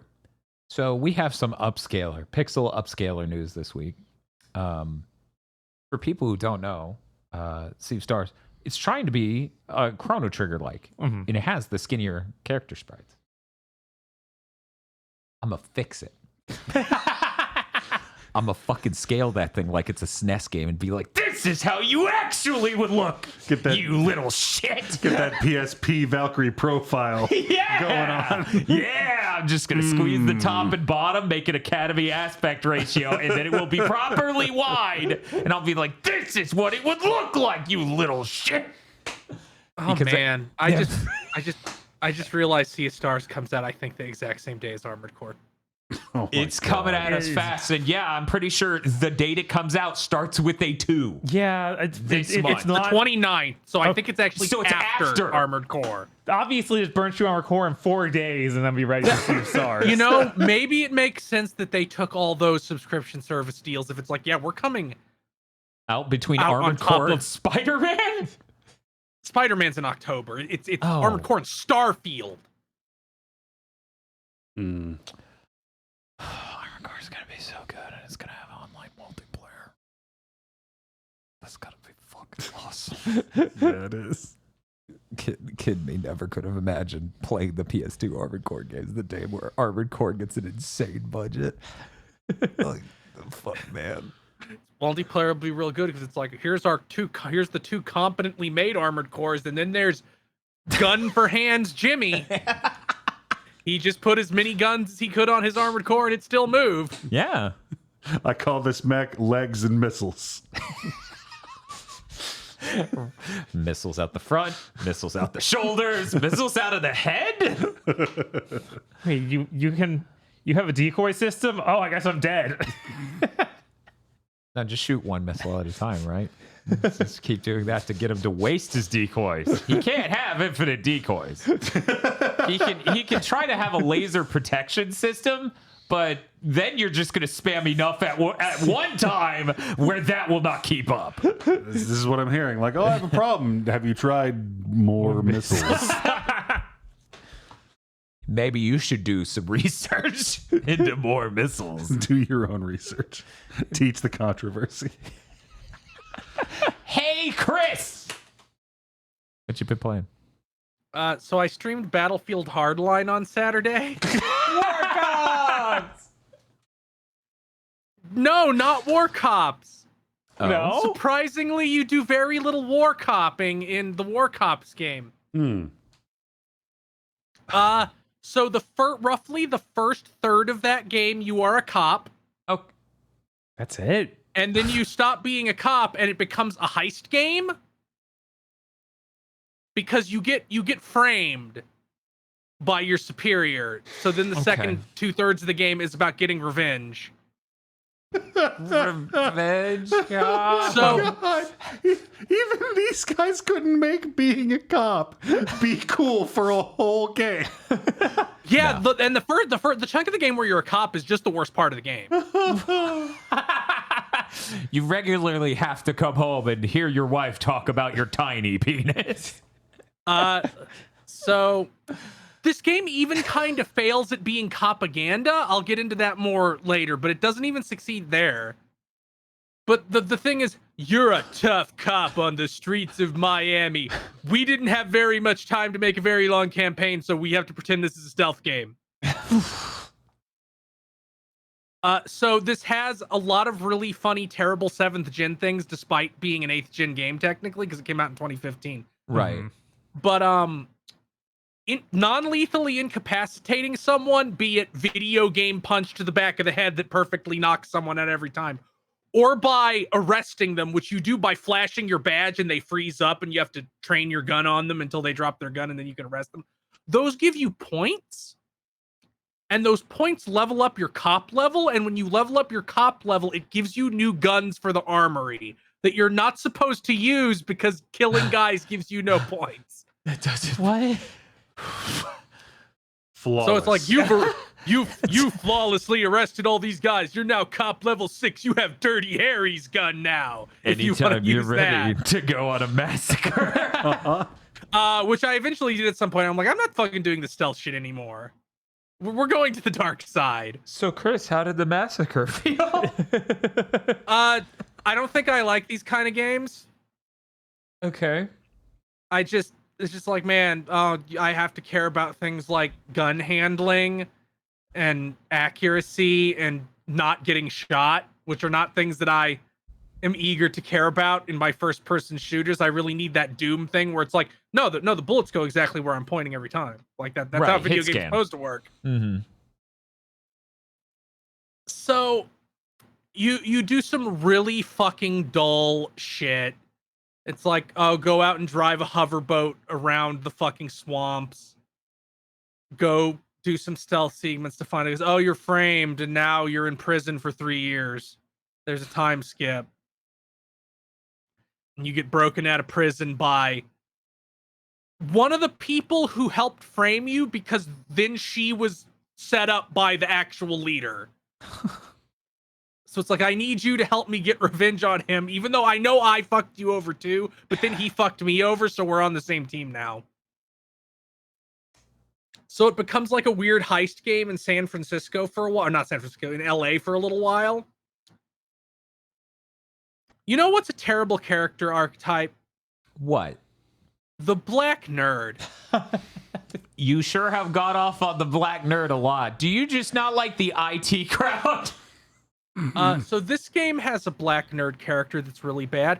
What other terrible black nerd characters in games can you guys think of? There's Dell in Gears of War, and there's Eli in the new Saints Row. It'd sure be terrible if all three characters I just mentioned had the same voice actor. Oh, come on, really? It'd sure be terrible if all three of them were the exact same voice actor playing the exact same character. I mean,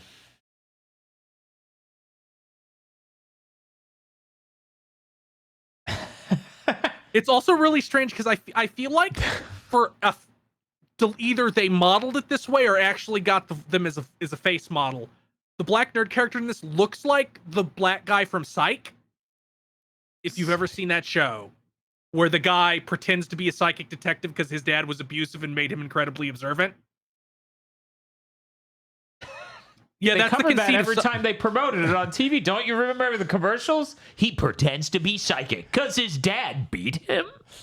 Yeah, that's kind of how it feels. It's like his dad literally groomed him to be like some Sherlockian mastermind who can notice anything, and he uses that skill to pretend to be a psychic to solve cases. And the black psychic character looks like the black nerd in this game, but I don't believe that it's not the same voice actor.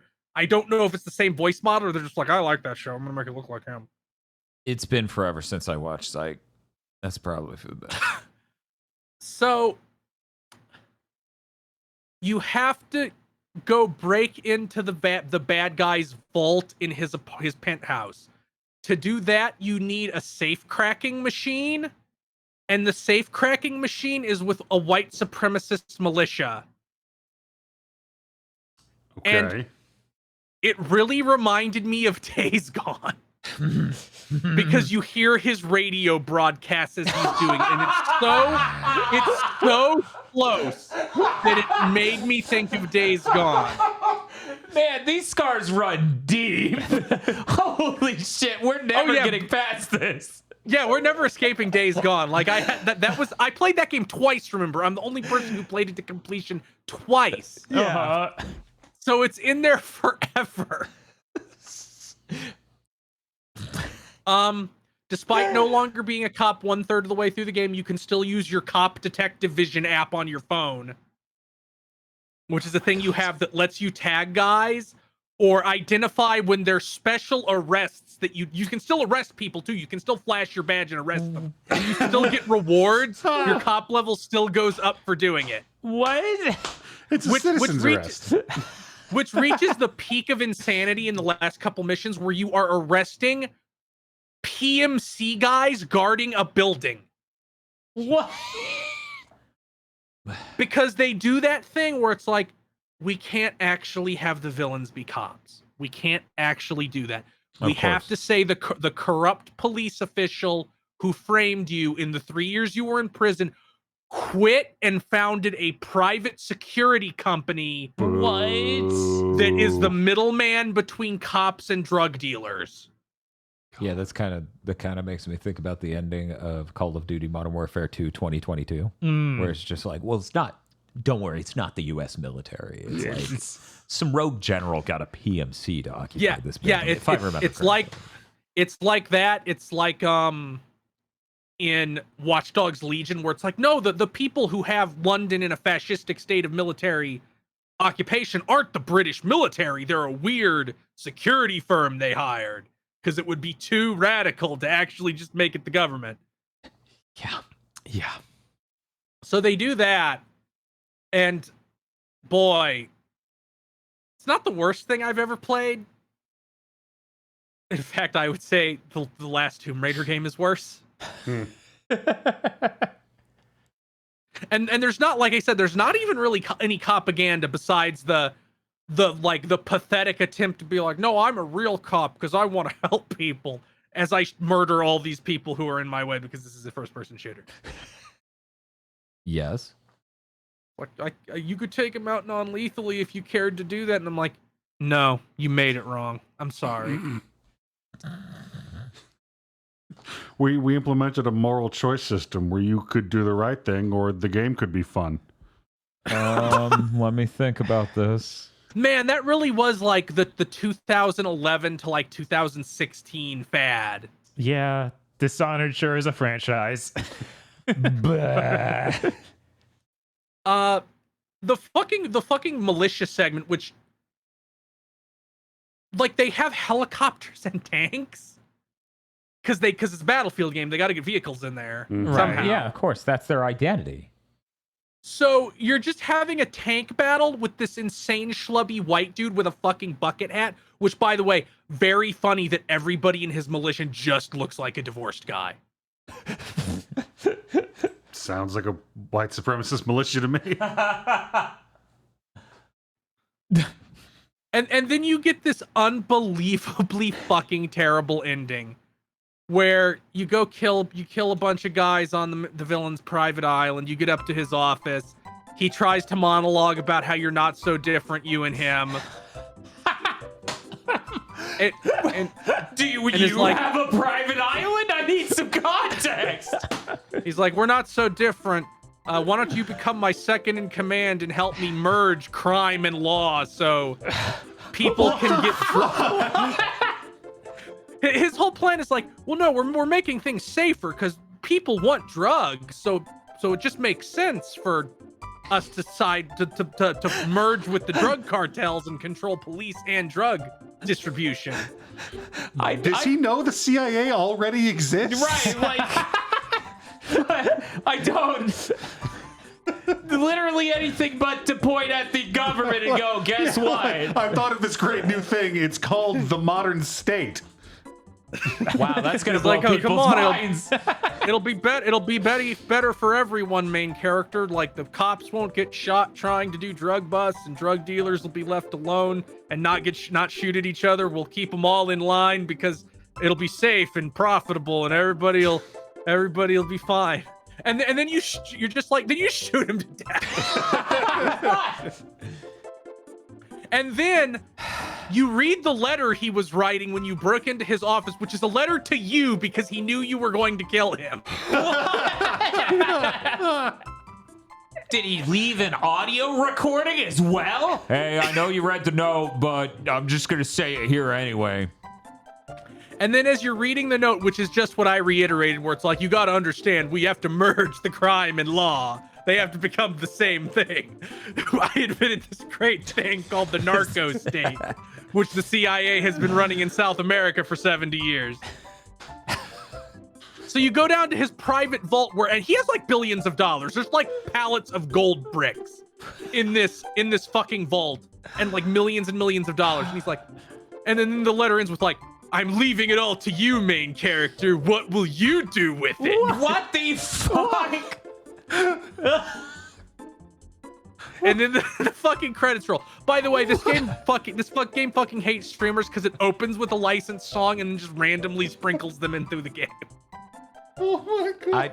I'm just losing it. You know how we keep saying Silicon Valley companies just keep reinventing something that's existed forever? It's literally that, but for the CIA. Jesus. His armies, his closest confidants are just venture capitalists. Yeah, there's also a there's like a Californian drug lord who's like in one scene and you rob him and he's like, I'm never gonna stop coming for you. I'm gonna find you no matter where you go. I'm gonna kill, and then he leaves the story forever.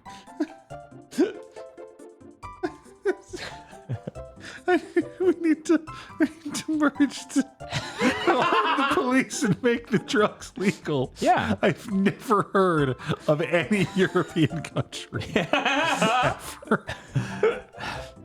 Yeah, see, they do have some lines about how weed legalization is imminent, so they don't care about that. But then it's like, no, we're gonna make all coke dealership and meth dealership and all that. We're gonna merge it with the police. So the police, my company is the middleman between the police and the cartels, and will decide on territory and where cops go, so they're conveniently never in the right place. We'll make it all safe. So this game gave you a lot to think about, Chris. No. In fact, as soon as I'm done talking about this game within the next couple sentences, I'm not going to retain a single aspect of it. It will be like it never existed. Thinking is not the word I would use. So you wouldn't say it's a high point for Amy Hennig's career? I don't think she was involved with this. I looked real hard. Okay. You sure? Because I think every credit has her writing this. I think every site did. Maybe she got removed? Maybe. She's not in the writing credits on Wikipedia. Okay. Now I have to Google it and see if something fucking Yeah, happened with because that. like as far as I knew, that was her entry point to EA to start working on 1313. Is that the Yeah, that's the canceled this one. poor Maybe- cursed woman? Maybe she left during its development and they had to take her, like they took her out of the credits. It's on her fucking Wikipedia page, so she must have written some aspect of it. Yeah. I'm gonna pretend. I'm gonna assume she wrote all the parts that weren't terrible, because there is stuff in the heist segment, which is like, oh, this is, if this had been like a heist game, it would have been cool. I kind of like some of these characters. I'm seeing multiple people say one of the main writers with Tom Bissell, same writer for Gears 4 and 5. I'm Yeah, never coming near this game. and again, like I said, the black nerd character is Right. Dell in Gears 4 and 5. Oh. Well, imagine what game next you'll be like, You know I'm gonna what? stream this and Dell appears. You know what? It has the fucking Gears 4, Gears 5, the storm is coming, run to shelter segment, except you're in a hurricane in Florida. It has that exact set piece. Why? That was Because they decided that they needed to have that as a set piece. And I guess Tom Bissell's like, this is the greatest set piece ever. I'm going to include this in every fucking game I make. I bet the Army of Two did it better. Yeah, I was like, some game must have done this during 7th gen, but really well, and people liked it. And then 8th gen was everyone all go like rushing it, like the Burly Brawl scene. Well, Chris, did you play anything else or have anything else you wanted to say? Yeah, I'm playing through Final Fantasy VI because I now feel like I have to play like most of the entire franchise again. Of course. Just A to get normal modern, urge. just to get like a modern eye for a lot of these games I haven't played in 20 plus years. Modern Eye for the square guy. Boy, Good about that. Oh, I feel Final great. Final Fantasy VI sure is a fucking game that couldn't do much because of the Super Nintendo. You just go through and like, wow, all these towns look exactly the same because they didn't have enough card space to have different looking towns. Well, let me tell you, they can sure fit 2 whole worlds in the game. Sure, 2 worlds that are half the length of a normal Final Fantasy game. I don't really buy the argument that they just made a second half of the game. I think that's a great marketing thing they wanted to say at some point. It sure And it's is. probably closer to they split. Maybe they could make like 20% more content. They're like, we can restructure this story a little bit and put some stuff that was going to be in the first half in that second half. Mm-hmm. Like Knuckles. Because you get to the point pretty fast where, you know, you're up. Like, if the game was actually supposed to end where you just go up to the floating continent and fight Kefka, and then that's the end of the game, Mm-hmm. that would not be a very large Final Fantasy game. No. Also, Final Fantasy VI doesn't really have a story so much as the idea of a story. It has a cool world. It does. It sure has way too many fucking characters, probably. Has 14 playable characters. Yeah, frankly, Yeah. that was the number one thing I came away from that and a little bit of 4 with, where I was just like, man, RPGs with a fucking shitload of characters are crazy. I played these other ones and I'm stuck with the same 2 guys for the whole thing. In 4, they completely regulate your party. Like, there's never any point where you get to swap people out. Right. In this, it's just like, no, you have fucking 14 guys. Right, you have access Choose who to you're all gonna of them at take. once. And you have to have them learn spells individually, because that's how it works in Final Fantasy VI. That game sure has great music. Yeah, it does. Visually also really good in a lot of ways. Yes, it's very impressive. So I'm not surprised Kingdom Hearts became a thing, because there's multiple points in this game where it's like we're gonna do a Disney animated movie musical number. Oh yeah, Like the there's opera the house. opera scene, but there's also a scene in one of Terra's flashbacks where her 2 parents, the human and the Esper, are like flying through space, spinning around each other. Mm-hmm. It just feels like a whole new world. Like, it just has that energy exactly.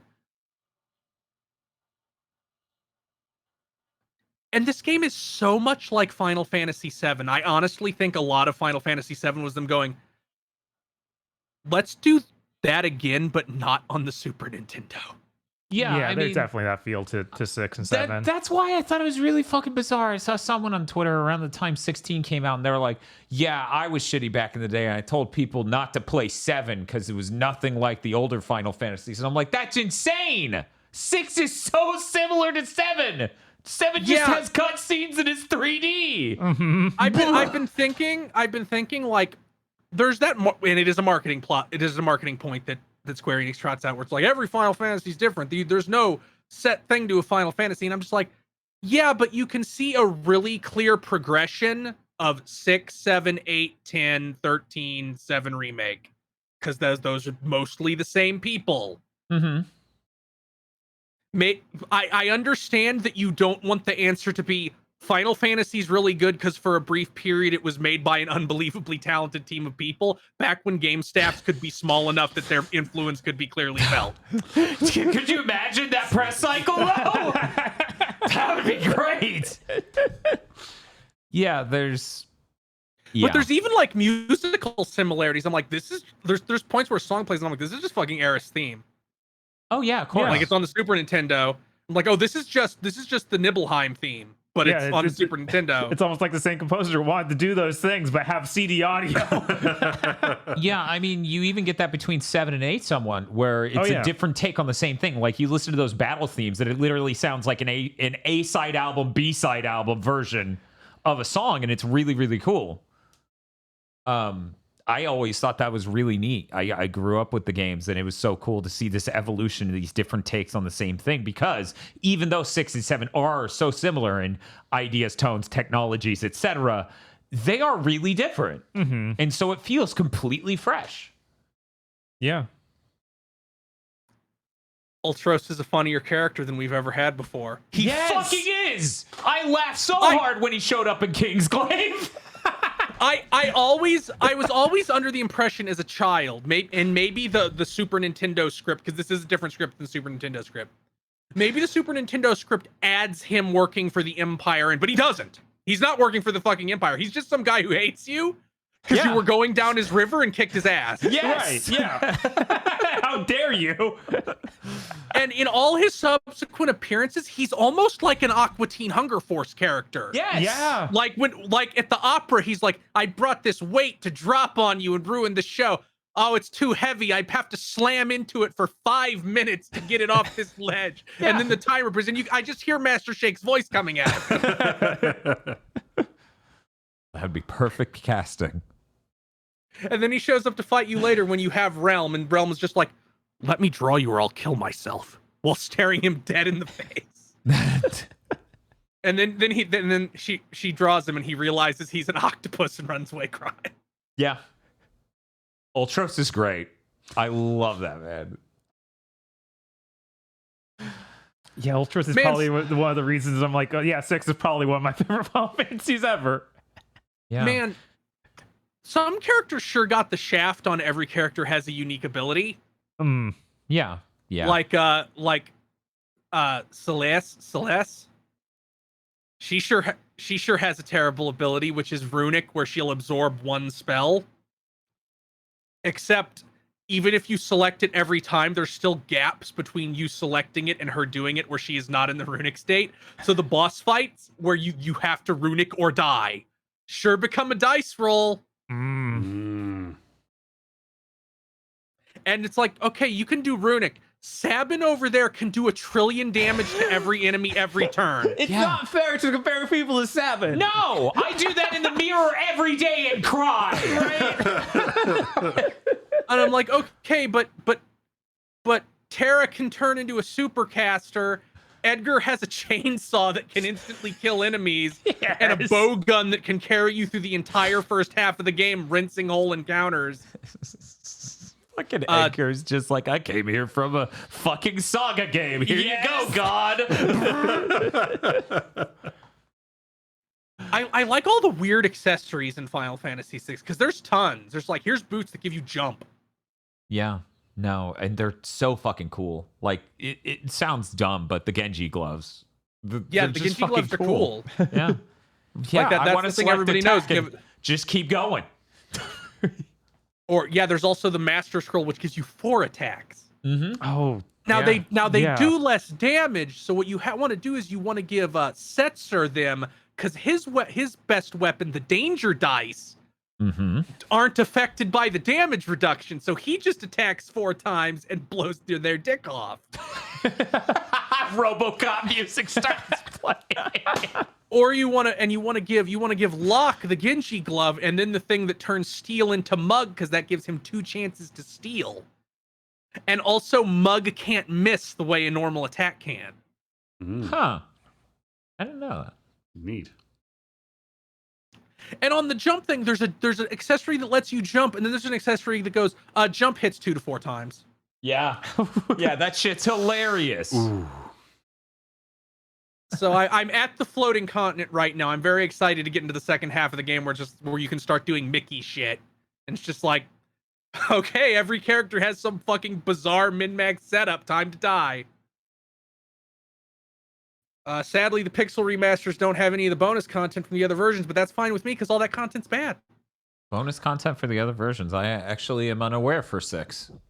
Like all those, whenever they would do like a DS or Game Boy Advance or iOS re-release, they'd add like another dungeon and optional bosses, and they're always fucking terrible. I didn't realize with 6. Yeah. I think the DS version of Chrono Trigger also has some fucking unique thing that is also really bad. I've heard of that one, yeah. In general, when they add content in a port of a game, it's not very good. Like when they add content in a port 10 years later, like by different people. Which even affected those Baldur's Gate enhanced editions they did a while back, where it's like, we're the team who ported it. We added a whole new fucking zone. And everybody's like, that's the worst part of the game now. Congratulations. What's that Final Fantasy IV like sequel story? The after story? The after story. Yeah. The after years. After years, sorry.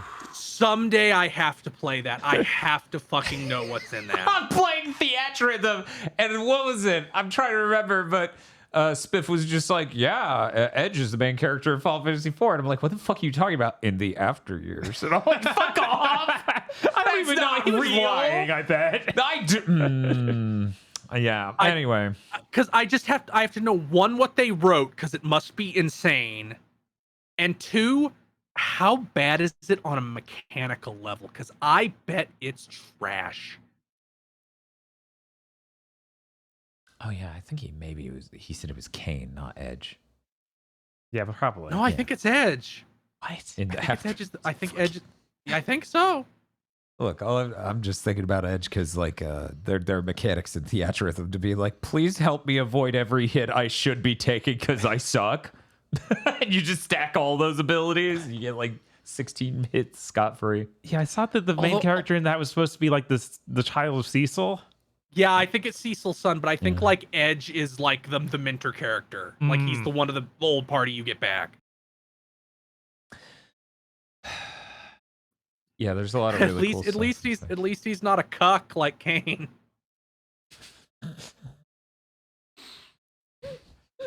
I think Kane might have been the first cuck in media I ever got exposed to. That makes sense. And it's so obvious so fast, and you're like, why is that guy like that?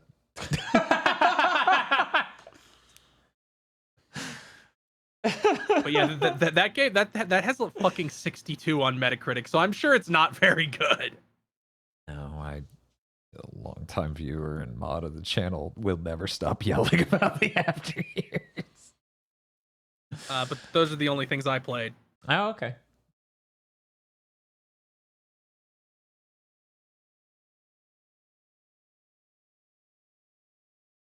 I don't know what happens now. Oh, fuck, that's right, the Podlords. Oh, fuck. The Podlord music broke this week. We're doing this other.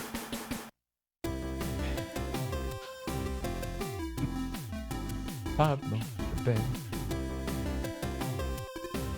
Podlord.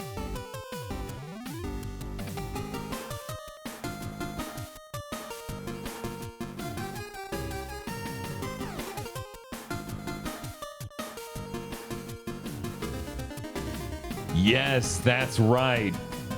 The Podlords. Podlords such as BN12, Ely Broyles,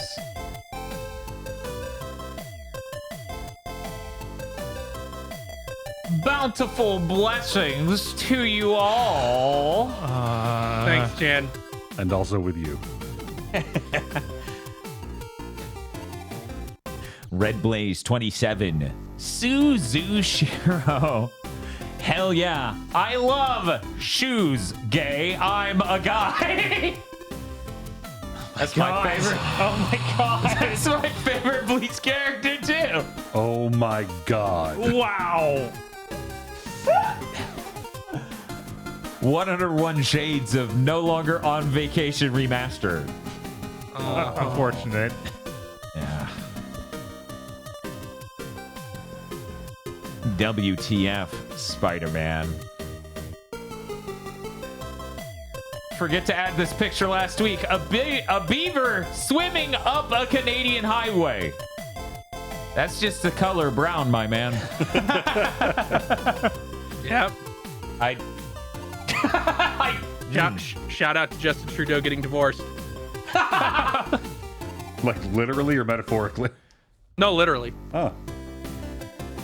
Taco Cat spelled backwards is Taco Cat. There it is. It's true. Huh. DFW3K, Muck Bun. Gene Karya in his jean suit, or Ajaria in his jute, if you will. I really do want I really do want Jinkari's shirt. So if you ever find a place selling that, send me a DM with the where to get it. Kristen. 3.5 minutes of unskippable Juicifrost. It's so threatening.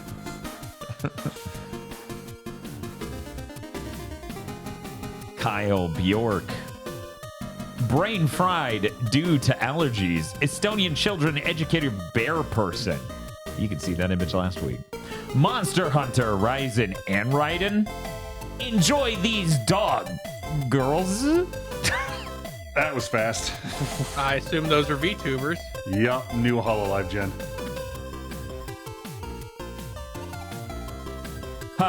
Check out this guy with this stupid tuning fork. Shut the fuck up, Jinkari.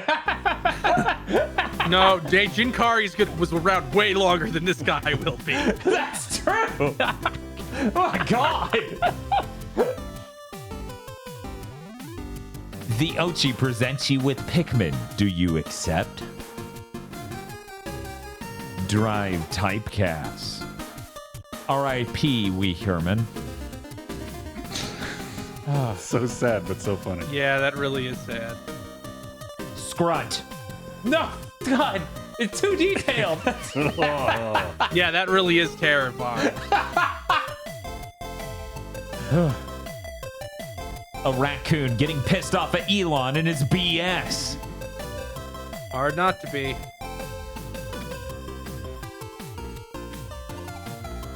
Shinji 16 would like to remind you that you matter, you are valid, and you deserve to be happy, since that's the plan. God damn it.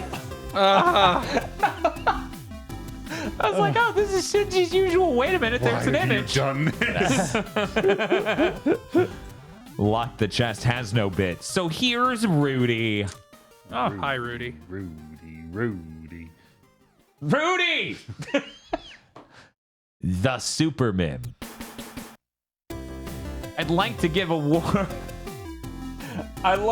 warm Soul Society welcome to our new 3rd Division captain, K. Kamagai.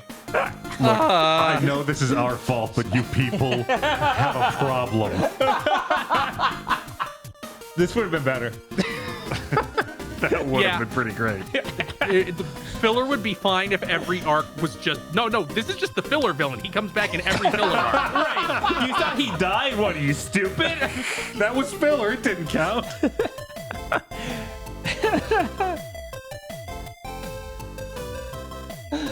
Sarlene. After bouncing off of it 15 years ago, Timothy Pfister decided to give God Hand another try, and it finally makes sense. Capcom, please just you don't have to have any bells or whistles. Just it runs at 60 and is upscaled. That's all you need. Just put God Hand on everything. Yeah, this isn't. The bar's never been lower. Just port it. In fact, I think giving a port of God Hand any bells and whistles would be travesty, removing soul. Bearded Joe, Cleochrome, Krunglespun. Beat Pikmin 4, and this image has been stuck in my head ever since. Damn it. Evil baby? Isn't that the Paper Mario character? Maybe. We don't know. Unconfirmed. This Podlord supports our cat boys who protect and serve the thin purple line every day. It's blue. It's a shade of blue. It's important to me that you know it's a shade of blue. Please, chat. It's Blurple. Thank you. I think the shade is blueberry. Oh. Like the overnight oats, I keep cramming down my throat. We at Bandai believe that all love is valid unless it's no longer profitable. Then it's up for interpretation. Keep buying Gunpla! I don't even think it has anything to do with profitability. I think it has to do with the people in charge of these companies are 80. Yeah. Yup. That's it. Noodle, bear pounding cannibal. There are no hyphens, so this is really up to interpretation. Bandai Namco believes that this is up to interpretation. Sakura trick for anyone curious, by the way. And dog. Dog. A cutie. Thank you very much to our dog lords. Thank you, dog lord! Thank you, dog lords. And as always, if you'd like to become a dog lord, you can go up to your local pound or humane society and adopt a pound puppy today. They need your help because we live in a travesty of a nation where we put them down after like 4 days. But if you'd like to become a pod lord, you can go to our Patreon at patreon.com/GB podcast. For as little as $5 a month, you get access to many benefits, such as early access to Chugging, Bleach, and Pokemon Go to the Movies, our 2 anime review podcasts. You also get cut and extended content from other shows we do, a patron-exclusive show every other month. And you also get lots and lots of commentary tracks for horrible things you don't want to watch, like Dr. Horrible's sing-along blog. And unfortunately, thanks to the writer's strike, soon to be Wolverine Origins. Yeah, fuck motherfuckers. Pay them. Save us and pay them. You also get a movie, Isolation 119, a movie about a man going on a trip to Thailand to solve the injuring of his brother, but instead he just gets drunk in a chair and gets into fights with the locals. It's just like me, for real. Microsoft Sam is, I think, the second most featured actor in the movie. Yeah. Yeah. And it's really obviously why the main character is deranged, because you see him have a League of Legends mousepad at one point. And his Mac stopped working, so that pushed him over the edge. That is patreon.com/GB podcast. And if you don't have any money, it always helps us immensely to spread the word. Tell your friends, raid us on Thursdays before Twitch decides that feature should go away for some reason. Rate us on your podcast app of choice, or like this video on YouTube right now. And if you're already a patron, or indeed a patron of anybody, not just us, go check and make sure Patreon didn't fuck you, because they changed the nationality of their payment processing service. So a lot of people got their credit cards turned off. Like their fraud thing kicked in, because it's like, this charge normally came from America. Now it's coming from fucking Scotland. What the fuck's that? Yeah, so if you could go check that would be really great, not just for us, but for the other people you support. Thank you very much. News. I have the biggest news right now. The big, absolute biggest news of the week. It came out during the opening segment. And that is Choice.com reviewed the Xbox fridge. Oh, that, yeah. Yeah, I saw that earlier. So it cannot chill a can of soda to an acceptable level in 24 hours. What? Mm-hmm. Yep. It's not even a fridge. It uses so much fucking power that you'd never want it to to run for more than a day at a time. Yeah. Yeah. In fact, you should never have it running for more than 3 days. They say. What? I mean, this thing generates more heat than it cools anything in it. It lowered the temperature of the drinks by 8 degrees over 24 hours, which was still not colder than tap water. Oh. Yeah, there are a lot of things wrong with that, which makes sense. It was a reactionary product they spun up to control a meme. Yeah, but I mean, fridge is a thing we have solved. Oh, yes. This is not a new engineering problem. Right. Yeah. Holy shit. Right. Yeah. You'd think there'd be something they could just buy and be like, okay, we're going to put the Xbox stickers on. Oh, there was. And it was very, very cheap for them to buy. And it doesn't work right. And the review says, don't think of it as a fridge. Think of it as a powered cooler. If everything's already cold, it will extend how long they are cold. Oh. Extend. Not Yeah. not Not indefinitely. indefinitely. That coldness. Period. Wow, that's insane. That makes sense though. That makes sense. Oh my God. You know what else is cold? Sorry on screen, so it's spoiled. But superconductors usually. Last week there was rumblings of oh, there's a superconductor breakthrough, blah blah blah blah blah, and this is insane and it's huge and it's going to revolutionize everything. It's going to be like the invention of the transistor. And I'm like, oh shit, I'm going to wait until several labs review this and tell us this isn't a hoax. Mm-hmm. Several labs have reviewed this. What I am about to tell you is my completely unprofessional surmise, my observations based on checking a number of different sources. Apparently, this is not room temperature superconductor stuff, but it is much hotter than usual, especially given that it can operate at normal atmospheric pressures. Apparently, normally, you would have to have several order of magnitudes higher pressure to make the superconductor work. This new method can produce it, and I'm just going to throw a number out, and it's almost definitely wrong, but I believe it was a negative 111 C or something. It's a really low temperature compared to normal, but it is still nowhere near the lows we had to get before to get atmospheric pressures. So this isn't, as far as we can tell, something that is ever going to show up in a console or a phone or anything that people were pitching it as on day one of the rumblings coming out.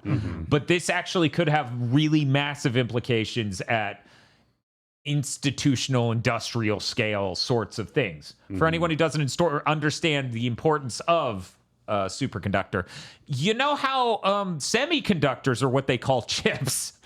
This is because they can turn on and off the ability to conduct. And the reason your console, the reason your phone, the reason processors get hot is because the electricity, the current, is lost through heat. You lose the power through the heat. Superconductors are conceptually, like, I don't know the exact definition, but they're supposed to be 100% throughput, so you do not lose it through heat in the transmission of the electricity.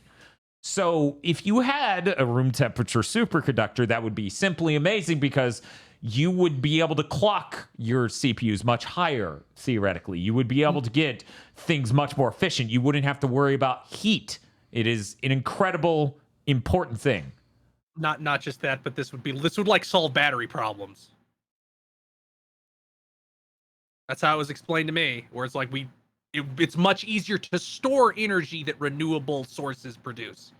Yeah, because at that point, you can store it almost in a wire. Like a superconductor, right? Like a superconductor at that point is basically just a bucket.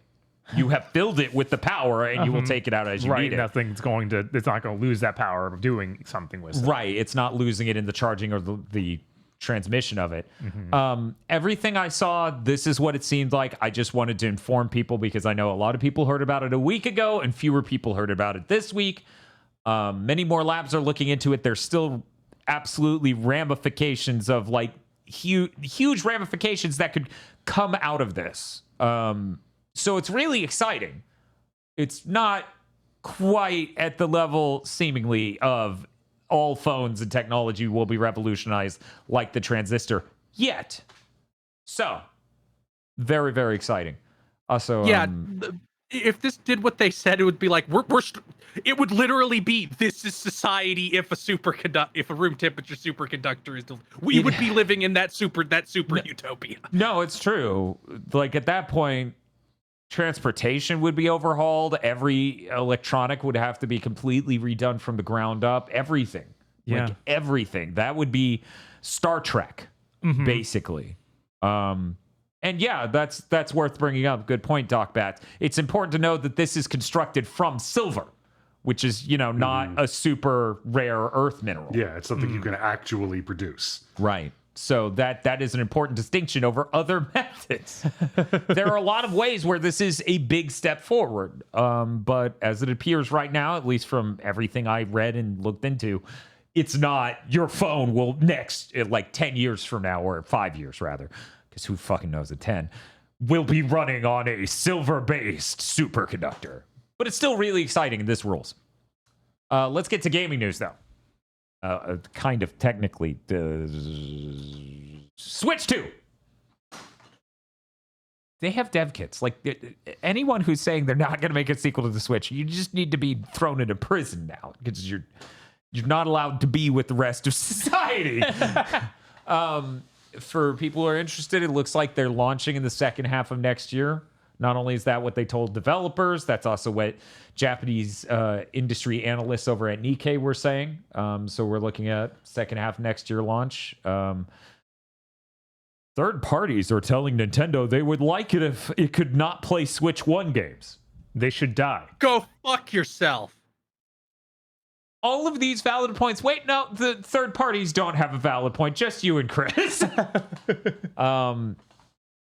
Apparently, it will be using an LCD screen. This kind of makes sense because in order to jump up to be on par with the 8th gen consoles, that means more storage has to be in this thing.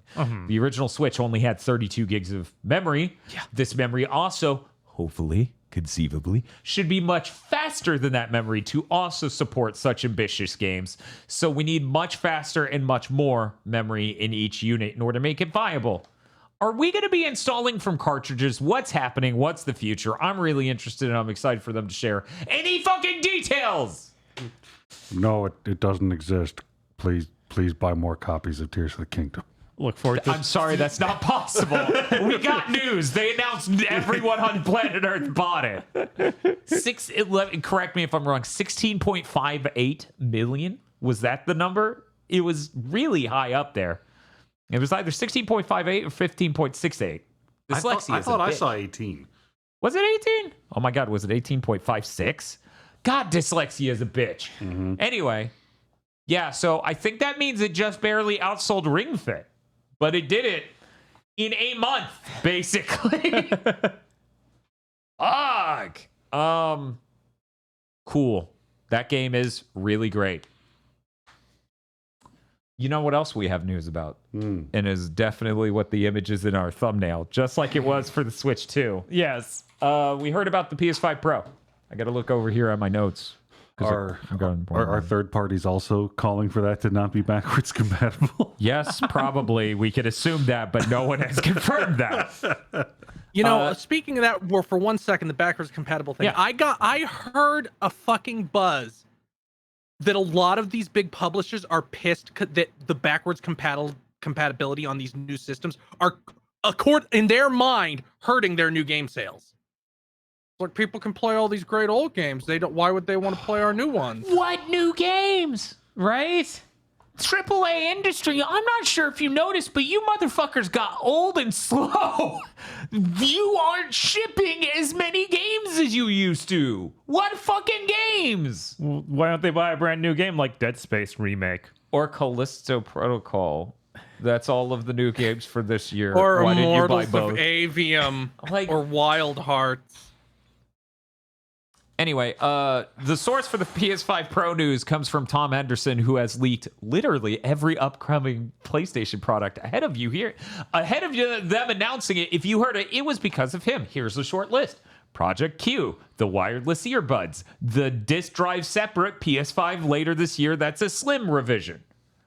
All of that was leaked by Tom Henderson in advance. So even though this is on a really jank looking website called Key to Gaming, it is from Tom Henderson, so it is reputable because it is the same sources as all of those.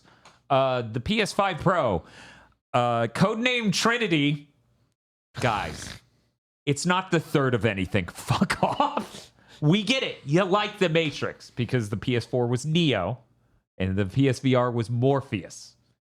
But fuck off. Trinity? Really? Fucking name it the Merovingian. Get exciting, motherfucker. Anyway, the deal with the PS5 Pro is that it's going to have improved and consistent frames per second at 4K resolution, which, cool. All right. New, their words, not mine, performance mode at 8K. What? Yeah, I'm sure it's fucking performing at 8K. Yeah, for a given subjective metric of performing, I output 8K. That's performing. Anyway, accelerated ray tracing, which makes sense. For people who don't know, the AMD chips really... They sort of did a back engineer to get ray tracing to run on their hardware, where it's, general compute is more of what they leaned into, and they added one tiny layer to be like, and now we can ray trace. This seems more like a more engineered in that direction, bespoke solution to that. Maybe not bespoke hardware like Tensor cores and an NVIDIA setup, but more engineering to make it actually more achievable. I'm really interested in what the effects of that will be. And in fact, the effects of all this. I'm going to get through the rest really quick before I say anything else, though. There's undoubtedly going to be a clock upgrade. Like, most people are expecting the frequency to go up with this thing. And on top of that, and beside that, it has 66% more compute units at 60, putting it well above Xbox. And,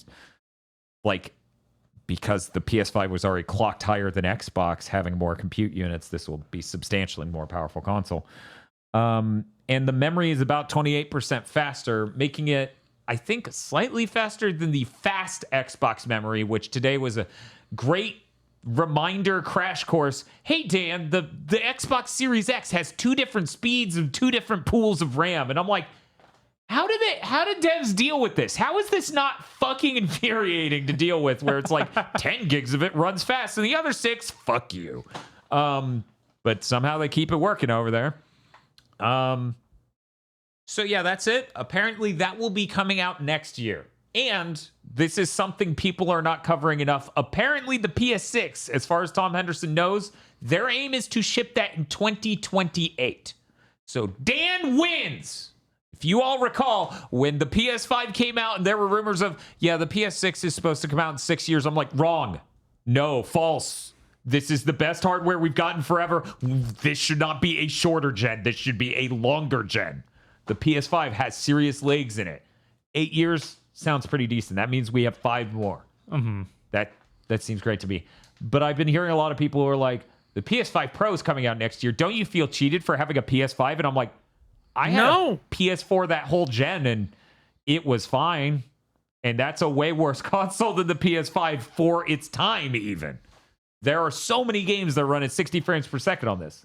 All the games load really fast. Mm-hmm. This is a great experience, and I'm sure it will continue to be for a while.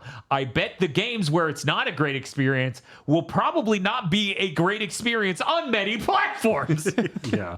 And then with the modern trend toward actually having performance modes and fidelity modes, like, yeah, no, you can go do whatever ray trace bullshit you want on the high end of the Pro, because Right. I'm not clicking that shit anyway. Right. Like, if anything, like, this is the same situation as you get in, like, in a number of other places, a number of other times. Like, the PS5 itself is really solid hardware this time, though. So it is, unlike the PS4 to PS4 Pro, the PS5 Pro is just an awesome thing, but so is the PS5. Meanwhile, the PS4 original, the CPU sucks. There was not, like, a fast enough RAM. There wasn't fast enough storage. There were tons of bottlenecks there, and this seems like really just spruced up, tightened up, like, yeah, we might be able to hit 8K with this new hardware stuff in it, because it's clear this is going to have something in it that isn't on the market from AMD right now, it sounds like. It sounds like what this is going to ship with next year is going to be the absolute cutting edge, which is kind of like when the PS4 Pro had the first temporal AA solution, in a sense, with checkerboard rendering. Huh. They were ahead of DLSS. They literally pioneered that shit. So there's a chance the PS5 Pro will do that too. And I got hit with a very interesting situation. This is really what I think the core talking point is. Do I get a PS5 Pro when I survive the PS4 generation with the PS4, which was a way worse situation? Bob, what are your thoughts? What do you think? I'll probably end up getting it. Yeah. Like, I ended up getting the Pro because, you know, Yeah. it just, I'm going to play these games anyway. I might as well have the best version of them. Mm-hmm. So, And you can trade in your PS5 towards a Pro. Like, there's Right. nothing stopping you from doing that. I realized at very least I don't have the strong desire to be there day one at all. no. No. And since launch hardware is always a slight risk, part of me is like, yeah, I'll just check out the Digital Foundry video and be like, oh, that's neat. And if it bears fruit, then maybe a month or so later. Aggro, what do you think? Oh, yeah, no, like I went the whole PS4 gen on the vanilla. Just when it turned into a Ramjet engine, I just put my headphones on. Yeah, and I don't think that's happening this time. If Final Fantasy 16 has proven anything, it will go, I am hot. Unreasonably hot. I go sleep now. Yeah, no, I like I said, if I'm not kicking anything out of performance mode, I don't foresee a Pro being a compelling proposition for me. Mm-hmm. Chris, what do you think? It'll run games better. So I'm gonna That's buy true. it. Like I'm gonna buy any version of any console they release that runs games better. That's the most important thing to me, is games running good. I don't give a shit about resolution. I don't give a shit about ray tracing. Mm-hmm. I want more frames. I Yeah. fucking hate games dropping frames. I hate games running at 30. So if I can pay money to have that happen less, I will do so. Also, there's an interesting thing with this. You know, I alleged, maybe it was subtle or not present enough. If there is an arguable bottleneck in the PS5, it's a completely understandable one of memory bandwidth. Because it is less memory bandwidth than the Series X, and you actually have seen in Plague Tale Requiem and a couple other games a mild performance advantage because of the bandwidth. So there are situations that are frame rate limited because of memory bandwidth that this could solve. Not even CPU, not even GPU, which will be better, but because of that. So, it's not even just higher resolution. It could technically take games that aren't 60 and improve them to the point of maybe being 60. I really hope it has some sort of flat surface on it. Cowards. This is a big ask, but Sphere. Hear me out. 2 spheres, just right next to it, maybe overlapping slightly in the middle. I just think there's some radical spherical designs we could take with this console that they have not they've explored curves, sure, but I think we could curve more.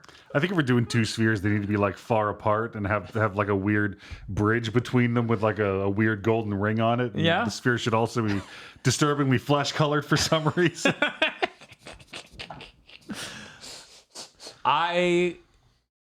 So that was my gut feeling. I don't need this at launch. I'll check out the Digital Foundry videos or just look over at Bob's, I guess. And I'll figure out from there. And, there's another reason why I probably don't want to pick this up at launch, day one. And that's the Switch 2, which is shipping in the second half of next year. Yeah. I'll start saving now. Yeah. You better. Who fucking knows? Like, is this a $500 PS5 Pro or is it a $600 PS5 Pro? Yeah, I'm Is going to it assume $700? $600 and it's not going to be $700. It'll be $600. I'm assuming it's $600, but It might be $500 if they drop when they announce the Slim, the PS4 Slim, the PS5 Slim, and if they drop it to $400, I'll assume this will be fine. Otherwise, I'm assuming $600. yeah, if you're listening to this podcast in the future and you're like, Dan, you fucking liar, you picked it up at launch. I'm gonna say now one of the main things that would influence that is if GameStop did have a trade in your PS5 for a PS5 Pro. the first month or something. Right, Like, yeah, because they're only gonna do it for the first month or so. That would probably push me over the edge. So here's to hoping GameStop doesn't do that, even though that's kind of worse for everyone if they don't. Man, I wonder if there will be some big game that I will want to play on it right at launch. Because we have no idea what's going to be the second half of 2024. It could be DS2. It could Who be. knows? Yeah. We don't. We know for certain. We have no idea because Sony won't talk. It could be Wolverine. Yeah, it could be. Unfortunately, we have no idea at all what's in 2024. We hardly know what's this year from Sony. Oh man, could you imagine Wolverine 8K? You could see all the hair. 12 frames a second because it's 8K. So good. Nobody has a TV that can actually display it at 8K. I know, that's that's an unbelievable amount of money. I love that every human on Earth is like, when the PS4 Pro came out, 4K TVs weren't really a thing, and like there were some in stores, but it wasn't a lot of models, and they were very expensive. And as time went on, by the end of that generation, sure. And then every person who says that immediately follows with, "That's not happening with 8K." That is just not happening. It really doesn't feel like it is. Like there's this 8K TVs aren't something you see when you go into a store. There are like a few at Best Buy. Like, I don't even know how many. 2? Maybe 3? I'm starting to think we're hitting a ceiling of people who aren't tech or image quality enthusiasts becoming real tired of this shit and don't want to buy new shit anymore.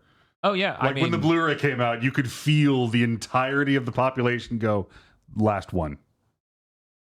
No, it's true. Yeah, you try to look up adoption on all this, and it's all like, nobody adopts it until magically in 2025 it becomes most of the market. I'm like, that ain't happening. You're just making shit up. I love those trend charts. They always make shit up in the most hilarious way. Yeah, and next week everyone's gonna buy an electric car. I'm like, damn, that's when it happens. We all just have a mental snap. That's crazy. Yeah, I even as me, I'm not sure how long you've been watching the channel, listener, viewer, but I'm the Pixel Whisperer. I'm not sure how much value I would get out of an 8K OLED. Right. All I know is if it's not an OLED, I don't want it. So, like, and for people who don't know, there are actually problems in the EU because of the power draw of an 8K TV, where 8K TVs may not be a thing in the EU. So because they have power regulations on TVs, which I both understand and I fucking hate. In that one way, I'm kind of like the people who are really mad over toilets and the regulated water flow with that and showers. But I'm that for TV, where I'm just like, look, I fucking understand where you're coming from, but I need this to do the function good. Well, then hook up like a exercise bike to that bitch and make up the differential. Gladly. Yeah. I'm already doing the sounds like a exercise, so plan. fucking let's go. Just give me a spool of a room temperature superconductor and we're good to go. Maybe then it will be efficient enough, because I actually did crunch those numbers of if I bike for an hour a day and I charge a battery on that, how much power am I saving? And it's like, by the end of the year, $72. And I'm like, no. Right? I would simply buy $100,000 of solar panels. Yes, that is correct. That is the correct choice. Man, solar's good now. If you are building, somehow you have money and you're listening to this and are building a single story home or live in one. Well, before that, go to patreon.com/GB. Yeah, go to Patreon. But installing at this point, if you live in a place that gets a lot of sun, you sell power back to the grid and they literally pay for themselves. Yeah, the efficiency really did go up, and we crossed a threshold with cost of production and efficiency where it actually started not being some weird like future time scam to yourself, or a past time scam, money scam to yourself. So yeah, no, we're in a really good place with that. Problem, don't have money. Yeah. Or how's the button on that? Anyway, so yeah, PS5 Pro. It sounds like promising hardware. It sounds like the definitive way you want to play games for the next fucking long ass time. Yeah, I mean, there won't be a competing console that's that powerful at all, period. Yeah, Microsoft has shown no signs that they're going to make a pro version. Well, they did already. That's the Series X. They did it at the start of the gen, according to John Linneman, and that's and what Microsoft they told him with a straight themselves, face. and he just repeated it. It's like, that's not how technology works. Phil Spencer said that while wearing a straitjacket and then bounced out of the room. Weird that the article you wrote didn't include those minor details. And then he lowered John into the dip. But who knows? Maybe they'll work on the next, whatever the next thing is called, because it can't be Series again, or maybe it is Series X. I mean, it can be Series some other, but they have not come out and said, yeah, we're no longer losing money on these. In fact, the most recently, which was last November, they're like, we're losing $100 on the Series X and $200 on the Series S. You can't make another tier when you're losing that kind of money on them. Right, it's true. Yeah. Smart engineering really goes a really long way. They had a lot of ambition with the Series X, but I feel like the engineering to how they got there is clearly not as efficient of a trade-off as the PS5, if the PS5 was like not losing money really close to launch. And that's really unfortunate. At the same time, though, I think Microsoft would have a really hard time convincing people to buy the really powerful version of their console, considering they haven't shipped any fucking games yet. Right. Yeah. In fact, other than Jedi Survivor, I don't think there's even any games that run badly, really, that are next-gen exclusive. Like, they don't have a Final Fantasy 16 yet. They don't have a Spider-Man 2. I mean, I assume Spider-Man 2 will run perfectly fine in performance mode, but, like, they don't have anything to justify more yet. Right. It's the only way to play Starfield at 60. Starfield at 60, they could do that. It could have more CPU. I know, right? Todd Howard says that they were getting it to like 40, so it'll be stable 30. He promised. Have you heard about diminishing returns? I thought you were going to say, have you heard of lies? 50%, because keep in mind, from 40 to 60 is 50% more performance. Do you know what you have to overcome to do that? Anyway, this puts us in an interesting situation. Do you think Xbox just launches a new Xbox in 3 years? Yeah, that's what I was thinking, maybe. I saw some people who were expressing a thing where they're like, guys, Microsoft clearly is just not as motivated or interested in the console segment, because they're doing the cross the Game Pass is across console and PC, and now they're not doing a pro console. And I'm starting to notice they aren't as invested. And I'm like, you didn't notice when they didn't make a new controller? The only time in human history that's occurred? It's perfect. It's a perfect controller. It It needs no sure changes. is if you listen to them say that and repeat it out loud. Well, that's what all Xbox people do. Yeah, That's all. That's all. You know how many times I've had to hear fucking Xbox fans say some variant of Xbox is the most welcoming development environment in the industry, like it was an objective fact. The most welcoming development. That's the weirdest way to describe them buying a shit ton of companies. Well, that's why buying companies is supposed to be good, because they're the most welcoming environment. It's very welcoming. I was thinking of it as a dev kit thing of like, oh, the SDK is premium. And I'm like, no, actually, I was even thinking like the indie developer relationships. I'm like, I've ID heard at some of Xbox, those yeah. are bad. Yeah. So any way you could have taken that was a real what the fuck. But I don't think Xbox is shipping a new box in 3 years. I'll be a little surprised if Xbox ships a new box. Yeah, we're getting there. Yeah, We're getting there. I feel like But- it's either they ship one or they're done. Right. Like, why would they want to go in for like, well, we'll leapfrog Sony with a new box? I'm like, that's not what moves consoles. You have the best box right now, and it ain't helping. Why? I don't know why they'd be like, we have to leapfrog them. Yeah, no. I mean, Also, again, they can't seem to get affordable hardware engineered. right. So I and don't think they'd want to sign on for that sooner. their ambition to be the most powerful this gen, because they thought that's why they lost last gen, made them overreach on the design of the system, and now it's not profitable. Or even not losing a bunch of money, which is different from profitable. As it turns out, net zero is a win because you aren't supposed to make the money on the hardware. It's so crazy that was their takeaway. They're not going to make the software. Right. But they get 30% margins on anything that sells. I mean, yeah, I think it's crazy that was their takeaway, and that's why they started pursuing the super high end, like the One X and the Series X and all this. That wasn't the reason they just crashed at the beginning of that gen at all. Like, it was the camera, and it was all of the always online DRM stuff. It was those two things and the underpower hardware. It was a real perfect 3-hit combo of like no one wants to. If you go out to buy a box, and one of them is 1080p, the then standard resolution for every TV. Because by 2013, basically every TV, even the cheap shit at Walmart, was 1080p. Yeah. No one wants to be like, well, yeah, I'll get the box that just doesn't have these Sony games, but more importantly, can't even do the resolution of my TV. They had a price disadvantage. They cost more. They were weaker, and it's hard. I am willing to bet money, like real money, hundreds of dollars, that there's a small but significant portion of consumers that still don't think you can use games on Xbox. Right. Yeah. I'm sure. It's like, who knows the level of poison pill that was? They got way too greedy and basically cut their own throats. like, and the way you look at it is those three things really just doomed them in the eyes of the market overall. Because sometimes you fuck up in a way that alienates some part.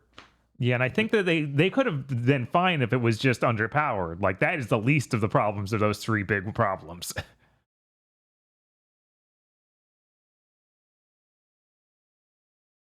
I'm trying to imagine a world in which the Xbox One was like really performant hardware, but had those other two problems. Because keep in mind, the camera was cut out of the box 6 months in. Right. I think Not that people knew until like 2 years later. right when they started selling them for like $250. Yeah, when they did the S, that's when people finally were like, wait, you can buy it without the camera? Oh, that's cool.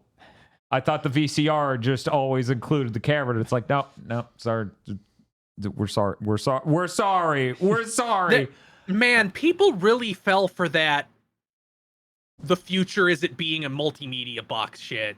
Well, I saw, people were talking about this in the GigaBoots fan Discord. People on, oh man, what's the name of that forum that used to have influence back when it was NeoGAF?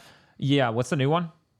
Reset era. Reset era. People were talking about it on there, and it's like, yeah, Xbox made the weird decision when they sold all these Kinects towards the end of the 360 gen to look at their analytics and go, most people use it to watch Netflix.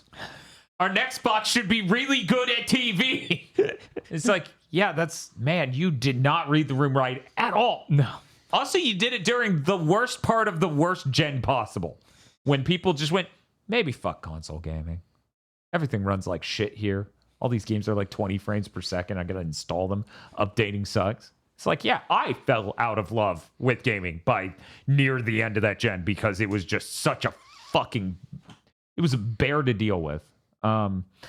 Anyway, yeah, if we don't hear any announcement about Xbox making new hardware in the next 2 years, I'm worried they're just done. Yeah. Even if they successfully buy Activision, even if that goes through, at some point it makes more sense to, we're just going to put our games on everything. We're not going to have a hardware division. We're just going to sell games. Maybe we can nag Sony into letting Game Pass be on PlayStation. That isn't going to happen. In fact, I'll be stunned if Game Pass is still a meaningful thing in 3 years. Yeah, on the trajectory they're on, it's completely conceivable that they're done. However, I do envision a bright and wacky future in which they replace Phil with some new blood and they have a plan. Is their shirt all one color or possibly get to two-tone sort of deal? I'm worried. I didn't mean to do that. I'm so sorry. And we get some fucking weird-ass monster box where, like, we're going to bridge the gap between console gaming, multimedia, and the PC experience. Oh my god. And he invents some really weird, shitty Alienware PC. That was a rumor. That was a rumor a while back that right before the launch of the series that like Microsoft is in talks with Steam to get every PC game on Xbox.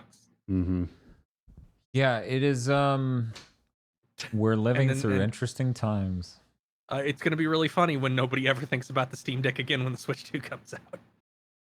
It is going to be really interesting when the Switch 2 comes out. It's like, wow, these games run better on this because you can write directly at the driver level.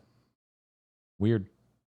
You can write directly to the hardware and you can just optimize these games so they run fucking awesome. And it has built-in DLSS, which really, I cannot stress how much better than FSR2 that looks, will help immensely.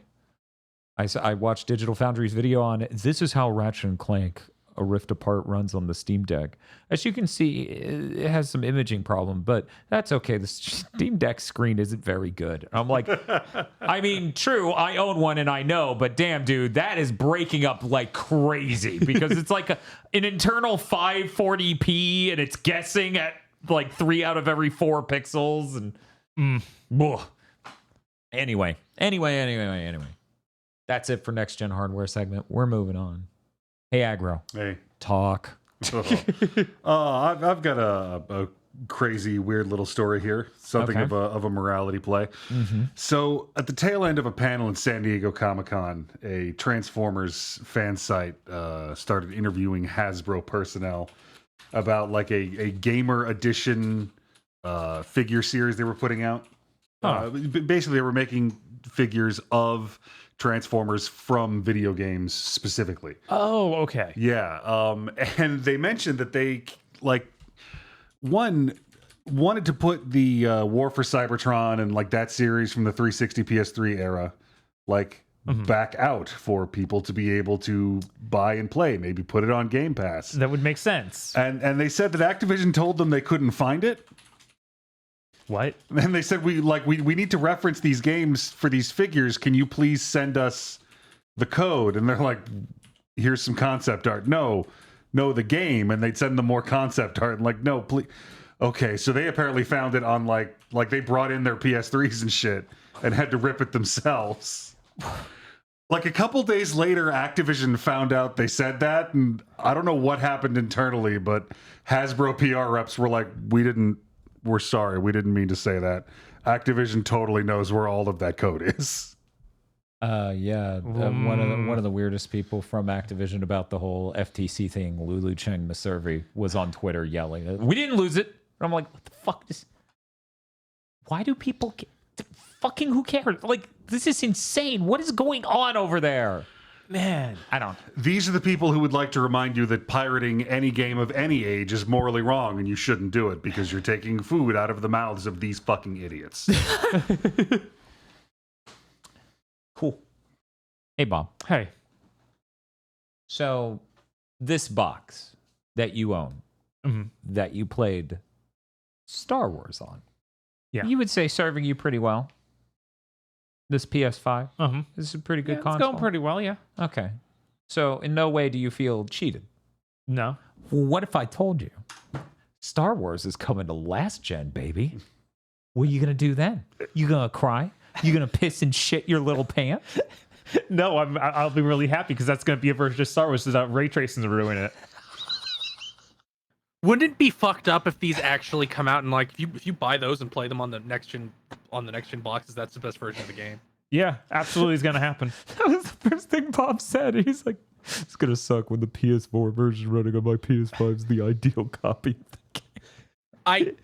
I have a sneaking suspicion these might turn out like the last gen ports of Shadow of Mordor. Or it's like, so really you good. shouldn't have done this. Yeah, I have to wonder what cuts they will have to make.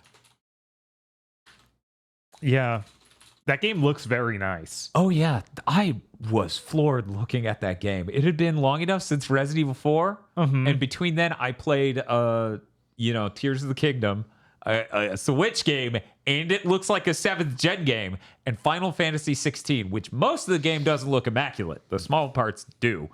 So when I look over after finishing 16 and see the game running on your machine, I'm like, oh shit, this is not something you can get through YouTube. No. I did not understand just how good it looked. Holy fuck. Yeah, so those last gen versions are going to be hilarious to look at, is what I'm getting. Also, I see a lot of people out there, and many in chat right now being like, probably also going to come out on the Switch too if it's getting a last gen port. Like, yeah, no shit. They're like, oh god, way more like, important. Yeah, that seems like the real goal. The other goal is the Gene Cardio distraction, right? Like that's also kind of why I think Street Fighter 6 is on PS4. It's like we know there's a new Switch coming. And their fucking engine's good enough. They can do it. They can get that ported. I need people seem to be fucking confused. So I need to say this now. Guys, these new boxes are selling pretty much at 1-to-1 of the rates of the Xbox One and PS4. There's not some secret these are bombs. I get that there's some weirdos who really want that to be the case because they want something exciting to happen. They're bored. Yeah, but it ain't happening. There's a lot of... Go ahead. Star Wars is sold more than the original. Like in the same time frame, it's selling more. It's not like there's nobody owns these consoles, nobody's ever going to. It's a dud of a gen. That isn't true. I don't know where that narrative came from because there was a hardware shortage for a couple of years. You can go into a fucking Walmart and buy these boxes now. It's over. Look, there are some people out there who are PC gamers who are just shitty to consoles for any reason to be shitty to consoles. That's literally what it is. There's also a group of people out there who are cheap and not self-aware enough to realize they're cheap. And so a company being like, we can offer you a drastically better experience. You'll enjoy gaming much more. $500, they feel insulted almost to ask to be spent $500 no matter how much they upgrade. So those people are just mad at the concept of new generations of consoles. It's been 10 years. You got longer this time than any period in history. Get the fuck over it. Yeah, and we're getting I meant to write this in as an explicit news story. We're clearly getting the price drop on the PS5 in the next few months.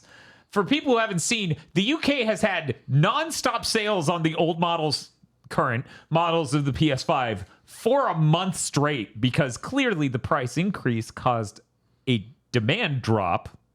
So they need to clear this inventory out as they approach the Slim, which should be out in 2-3 months or whatever.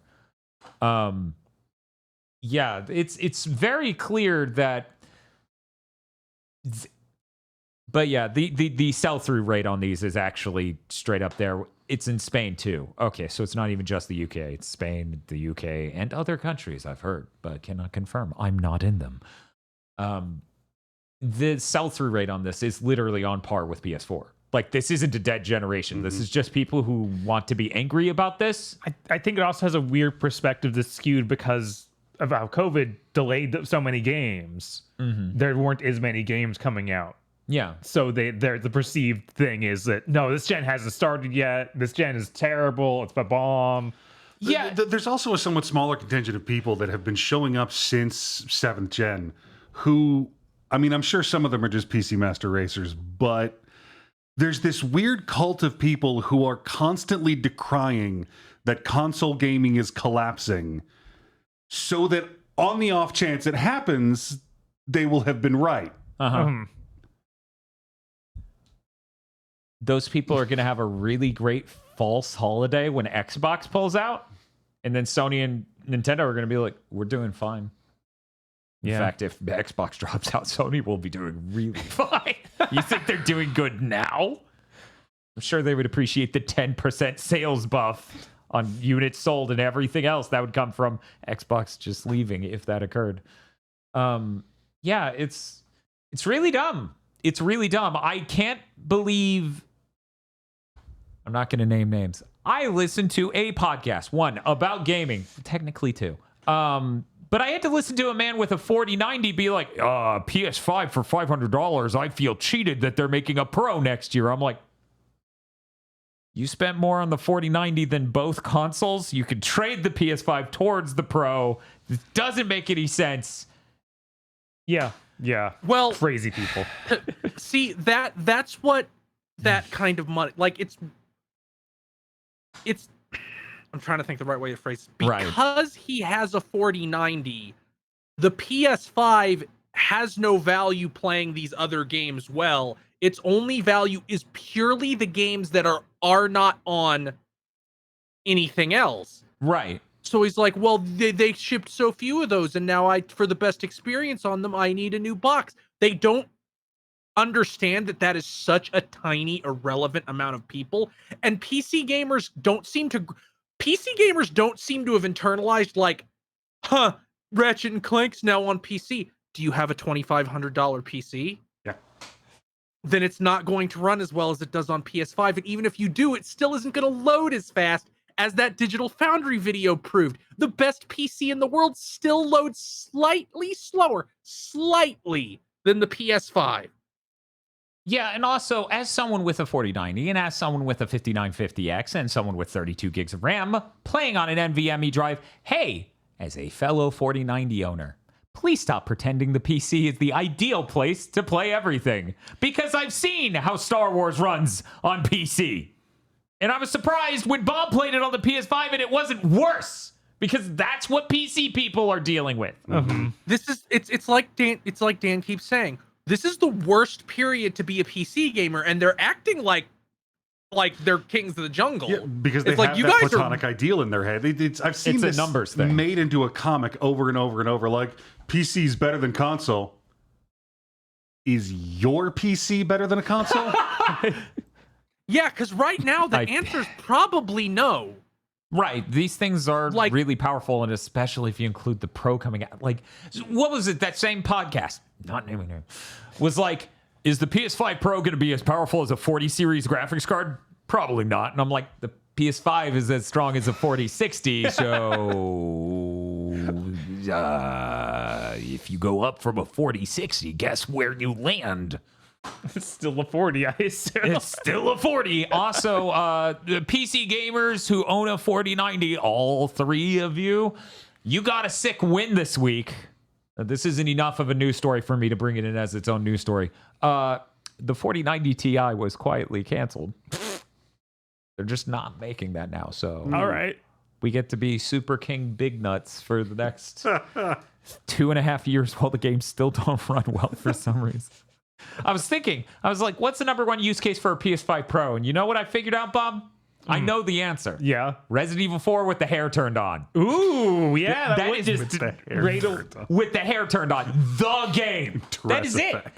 I think it's called hair effects or something. Yes. And when you add in the Switch 2 is going to be good enough that nobody's going to skip the Switch 2 to only ship on these new platforms. like the more powerful platforms. Mm-hmm. Like it's too close. The shape of games has not changed enough for them to. It's not like get your game onto this fucking ancient phone. Right. It's not that at all because of a number of different layers.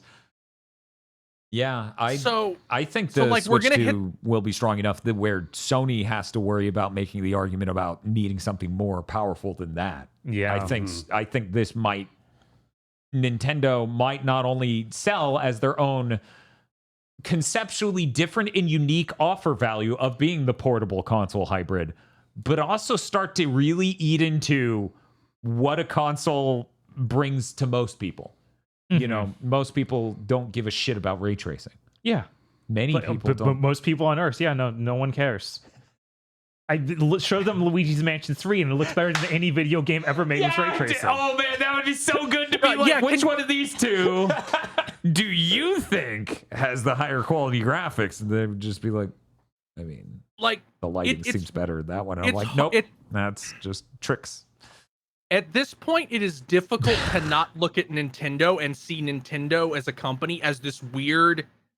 No, not weird. It's the other way around. It's hard not to look at Sony and Microsoft as the evolutionary dead ends that sprung off of Nintendo, where it's like Nintendo still understands. I've said this before on Twitter, where it's like game develop. Imagine if movies forgot all the tricks used to make movies. I mean, they did that. They did that with special effects. That's okay. But games have done the same thing. Where it's like, observe this pre-existing fact. Neat. But imagine, like, it's Nintendo didn't lose the ability. Nintendo didn't go like, no, you need to be able to walk around and spin the camera around every single thing. And a game having a fixed camera at any point is unacceptable. Like they didn't internalize that. So they have preserved all these techniques to make hardware stretch farther because they've always had lower powered hardware. And now that diminishing returns is kicking the shit out of everybody, Nintendo's like, well, yeah, but we have all these tricks we can use to still make our stuff look really good. And then Sony's like, oh shit, I wish we hadn't completely cut that section of our brain out. Aggro, there's a specific term for a species that in its seclusion has evolved in a very unique way. Do you remember that? It is like archipelago syndrome or something like that. There's a specific word for this. And I'm just thinking, as Chris is saying this, about this creature that's evolved in its seclusion and somehow emerged into the larger world as an apex predator. That's kind of Galapagos. They probably named it after Galapagos. Yeah. There we go. It literally feels like that, where it's just a Baki villain that's just come out of there. And you're like, oh, fuck, look at that guy! That's what it feels like. When it's like Nintendo did the hardest thing in the world when they were just like, we don't need to make an HD console. This is good enough. And like this strategy could have been disastrous that first time out, but the Wii was so successful with casuals, it sustained them. It was the fucking craziest thing, because I remember being there being like, who wants to buy that? And Nintendo went, everyone on Earth but you people. Yeah. You're like, no, oh, fuck. And then they misinterpreted their appeal, but the Switch really does feel like the fusion of, no, we also have good normal games. We've gotten the casuals into normal games. We have done the magic. Now we're going to be the biggest one forever. It's over. You've lost. Fucking in chat, Yujiro Hanma breaks Phil Spencer. Yeah, fucking Nintendo comes up to the Xbox and breaks it and goes, this guy's hurt. Yeah, it's really weird. And I sure am interested.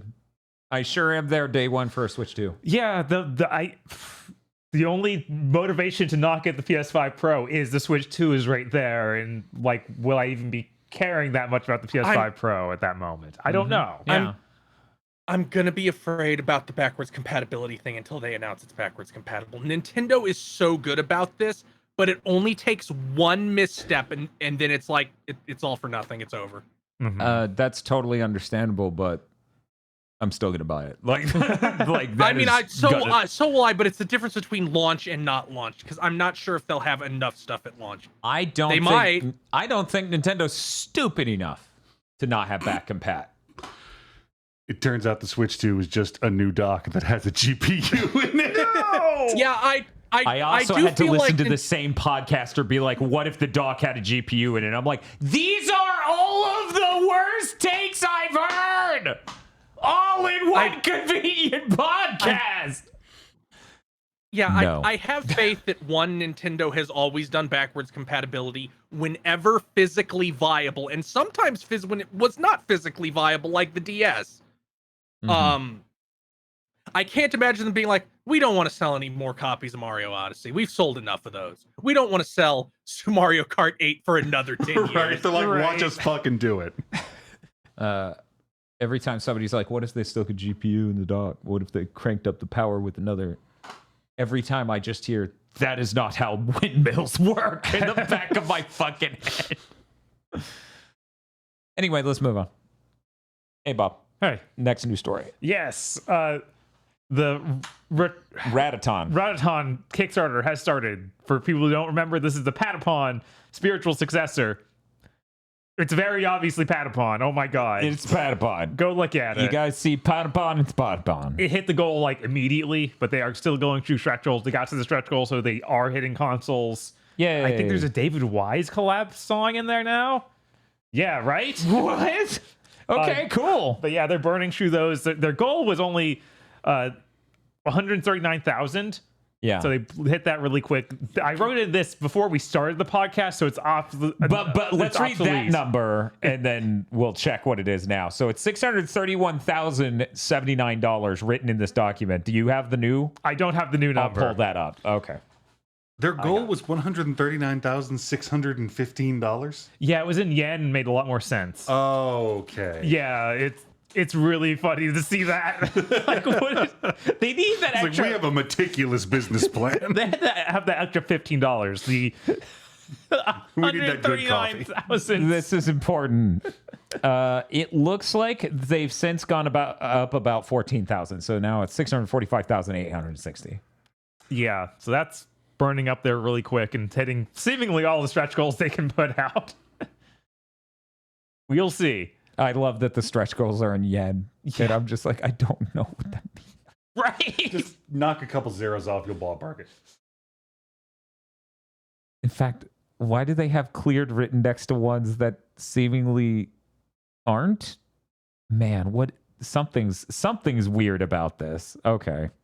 These goals and what's written next to them, because it says approximately US $943,700, and then it says cleared. What? But I'm like, no, that's like 250 some odd from now. 1,000, that is.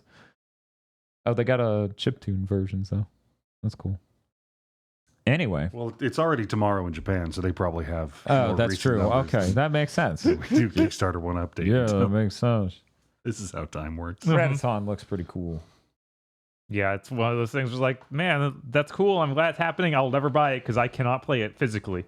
I have no reason. It's impossible for me to play this game. What a cool Sony game from the past.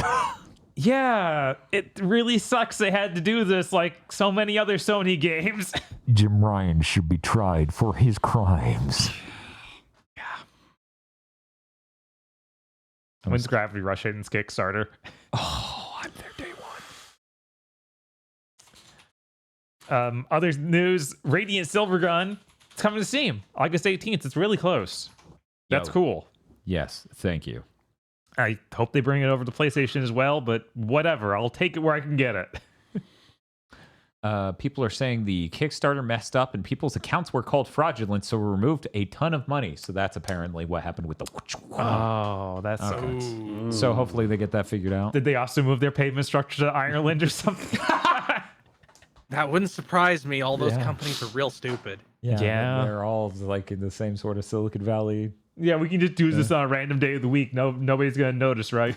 This will certainly fuck no one.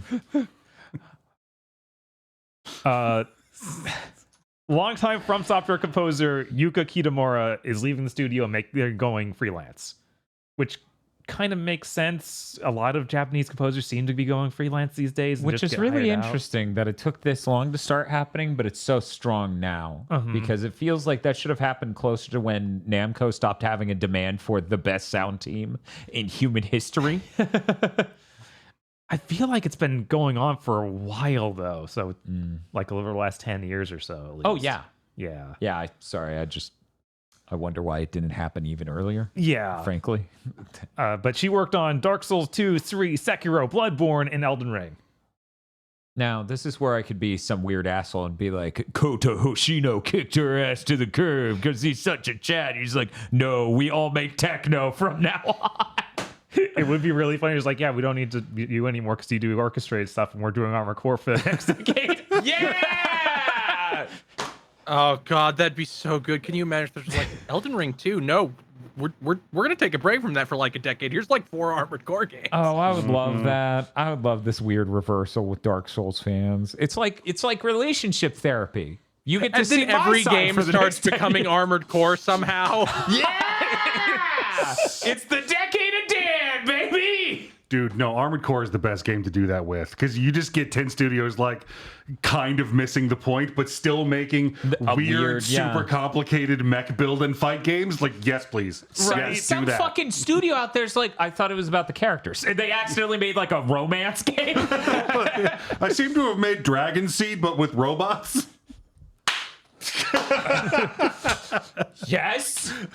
Yes. Turns out mechs is a very wide genre that can be explored well. Yeah. Look, I don't care what Bandai Namco said about whether or not they get to be gay. Mechs are back. Please do more mechs. That's it for the Bob news. I'll wait for the very end for my other tech news. Hey, Chris.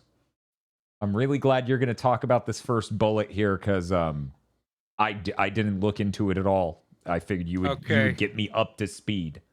So they announced Final Fantasy XIV's next expansion. It's called Dawntrail. It's coming in a year. It's going to have 2 new classes. We don't know what they are yet because that's always how it goes. Because there's the U.S. Fan Fest and then the Japanese one and then the European one, or it might be European and then Japan. I forget the order, but they give you more at each one. The current theory is it's going to be a Pictomancer like Realm is in Final Fantasy VI because Yoshi P always wears a t-shirt that hints at what it is. Mm-hmm. And this time he wore a Teenage Mutant Ninja Turtles t-shirt, but there's already a ninja in the game. So everybody's like, well, they're named after artists. Huh. Because it's always some way that makes sense. Like when it was Samurai, I think he wore a Sam Raimi shirt. Because in Japanese, Sam Raimi sounds like samurai. God, that man Or is amazing. we're all just being gaslit accidentally because Yoshi P just came from watching the movie. It's gonna be because the last expansion just ended like the entire plot up until that point, like that the story resolved. So now it seems like it's like go to this new continent where you don't know about anything so we can build a new story because we can't do that with you still in like the developed world or the known world. They announced Final Fantasy XIV is finally coming to Xbox. Finally, I can stop having the thought of, holy shit, that's not on Xbox. Right? What the fuck? That it's coming next year, early next year. It is series only. It is not Xbox One, but this expansion will be on PS4, and they said they will be supporting PS4 into the future, which makes me think at least up until at least one more expansion. Which makes sense. It's an MMO. You want that shit to be as as many people who can play it as possible. Nobody Of wants to course. make anything for the original Xbox One though. Like not Because of the underpowered hardware. yeah. Boom. And then fucking Phil Spencer came out on stage, and so did the CEO of Square Enix, and the 3 of them, Yoshi P, Phil Spencer, and the CEO, did like a powwow, putting their hands together like shonen characters, and it was basically, we promise to stop cucking Xbox, and we'll release Final Fantasy on Xbox whenever possible. Translation: not anymore because they're gonna get deals with Nintendo and Sony for all. Yeah, they didn't even. Oh, wait, I guess Stranger of Paradise came to the Xbox, and that's like Yeah, So dang. did Crisis Core did too. It's just Final Fantasy VII Remake. Wow, I did not know Crisis Core came out on there. Oh yeah, that's right. It's the only thing that really seems to be skipping it are these big tentpole releases, which I assume they just get deals with Sony for. And it's funny because this deal makes me think that maybe they're like, yeah, we're just gonna be on fucking everything next time. The Switch will be good enough. Theatrhythm didn't come to Xbox. Oh, that's fucking strange. Yeah, I was like, what? All right. I sure hope Microsoft cut them a check for Final Fantasy 14 because to put it perfectly bluntly, cannot see enough people playing it on Xbox to make sense financially otherwise. Perfect for Game Pass. Getting some other updates. Pixel remakes didn't come to Xbox. Neither did Octopath 2. That's weird because didn't Octopath 1 come to Xbox? Yes, it did. Yes. And it was the weirdest thing when they announced that. I'm like, but Octopath 1 didn't come to PS4, right? Right. But 2 did. Right. All right. But whatever, that's that story. Fantasian is listed in the Steam database. Fantasian is the That's the Hironobu the Hironobu Sakaguchi RPG. Mistwalker game. It has pre-rendered backgrounds, except instead of being pre-rendered, they're photos of dioramas. It was locked to fucking. It was fucking locked to iOS and the Apple Arcade. Did you know this game also has physically based lighting? Because they built fucking sets so much. It does look really nice, though.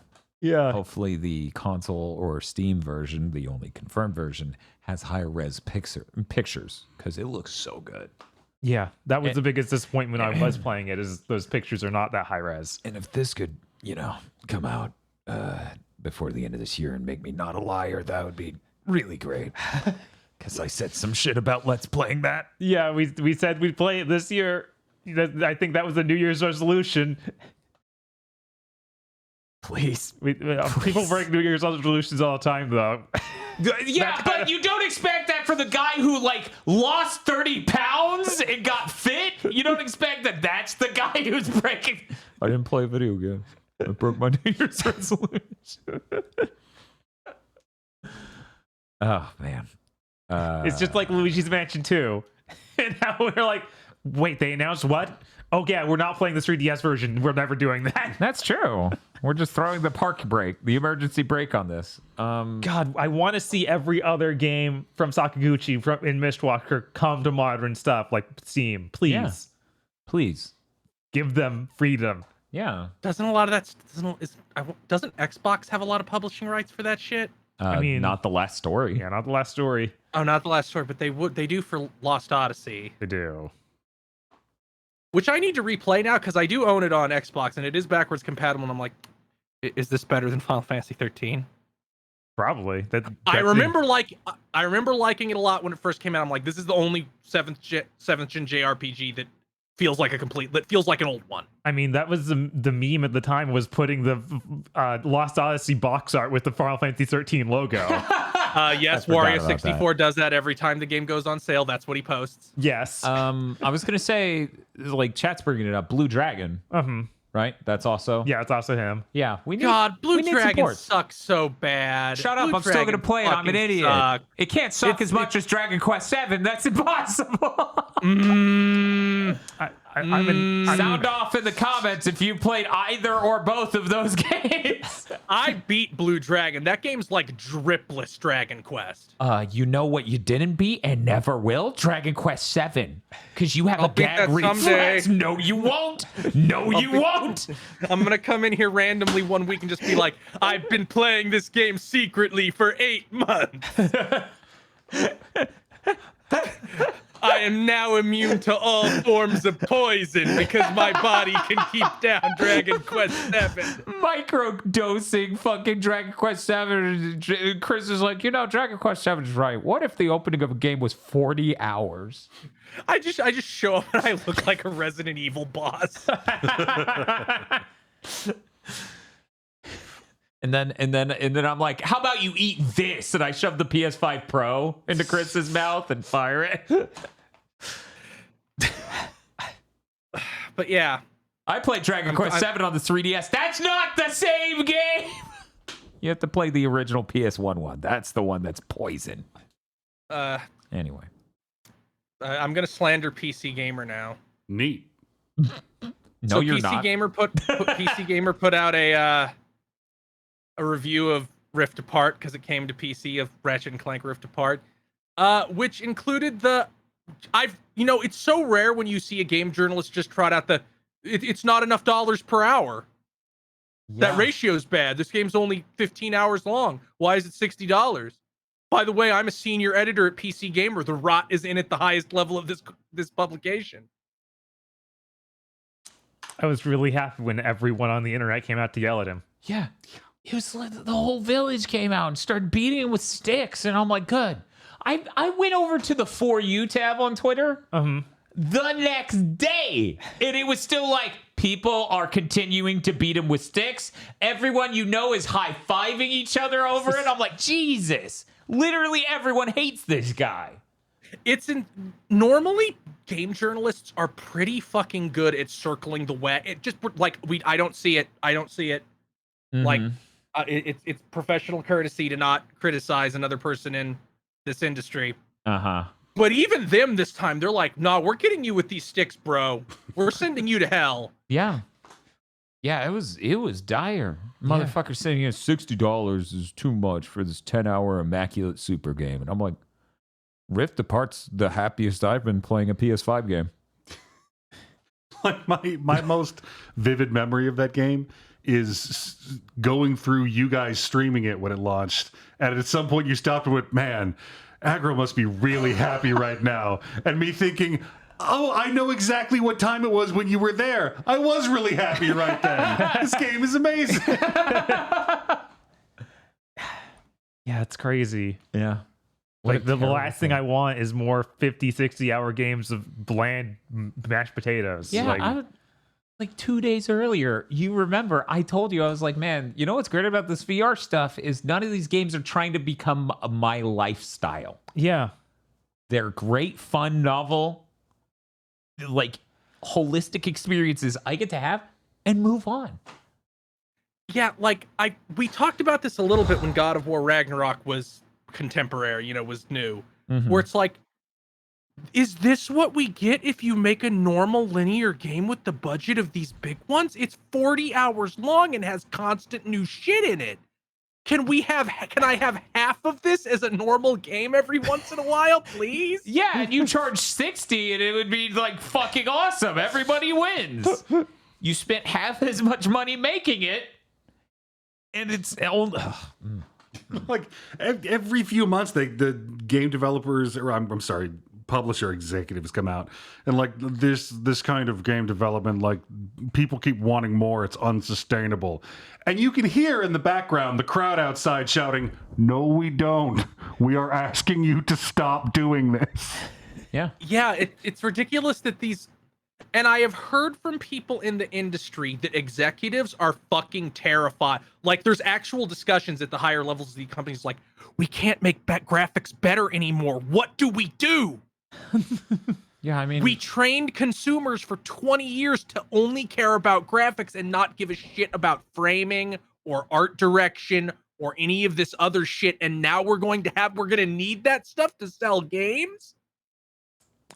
I like a couple weeks ago when the Assassin's Creed Mirage director, I think, was like, yeah, don't worry, we're not going to be one of those 100+ hour terrible RPGs. And I was like, you can't just say that about things in your own franchise. Like you invented that shit over there. Even weirder, they're saying that about the last game they made, which also said that about the last game they made before that. Yeah. And then that guy had to go delete the tweet. Right. Because he was like, oops, we did it Yeah, again. it's I've never like an argument I've heard before is that a reason that superhero movies degraded into everybody beating on each other in a big field is because audiences really didn't like Man of Steel and the city being destroyed during the climax. So studios went, well, if they don't want it to happen in a city, I guess it can happen in this cheaper place. That's easier for us. But games seem resistant to this. See, that's Like weird these- because Civil War happens in a city. But then again, that's part of the plot of like, well, yeah, they destroyed the fucking city. It's a foreign city. I mean, that's probably what they expected audiences to feel in that moment, that level of detachment, and they were probably right to assume such, sadly. But I just can't believe it's like, guys, you could ship half the game for the same price. The amount of people you'd lose is basically nobody. Right. Yeah. Well, they're gonna catch up once the Switch 2's out. They're gonna catch up quick or die. Yeah. Except for Ubisoft, which might be dead by the time the Switch 2 comes out. Man, let's just go over a really short list of things we could have been improving about games in the last 15 years instead of graphics. Things like maybe propping up directors and giving them directorial vision so that way they could be a marketing angle for their next game. Instead of spending the last 10 to 20 years grinding anybody who had any passion for this as an art form or a craft out of the industry. Maybe not engineering every game to have a sort of parasitic energy as it asks you to sign up for a street pass that's paid for on a $70 or $60 game. Maybe any number of these things. You kind of make the companies during 7th gen, they're like, our game, no matter how single player the idea is, needs to have multiplayer. Kind of come off as geniuses compared to you. Because you motherfuckers are putting ray tracing in a game, assuming people could see that. And I'm me, and even still I have to go, there's a mild hue of green bouncing off of that onto the wall. This is why it will not run well. Anyways, that's it. Chris, did you, like everyone said that guy's a fucking idiot, but did you have anything else to say? No, I was just calling him out because that fucking idiot? Yeah, fuck that guy.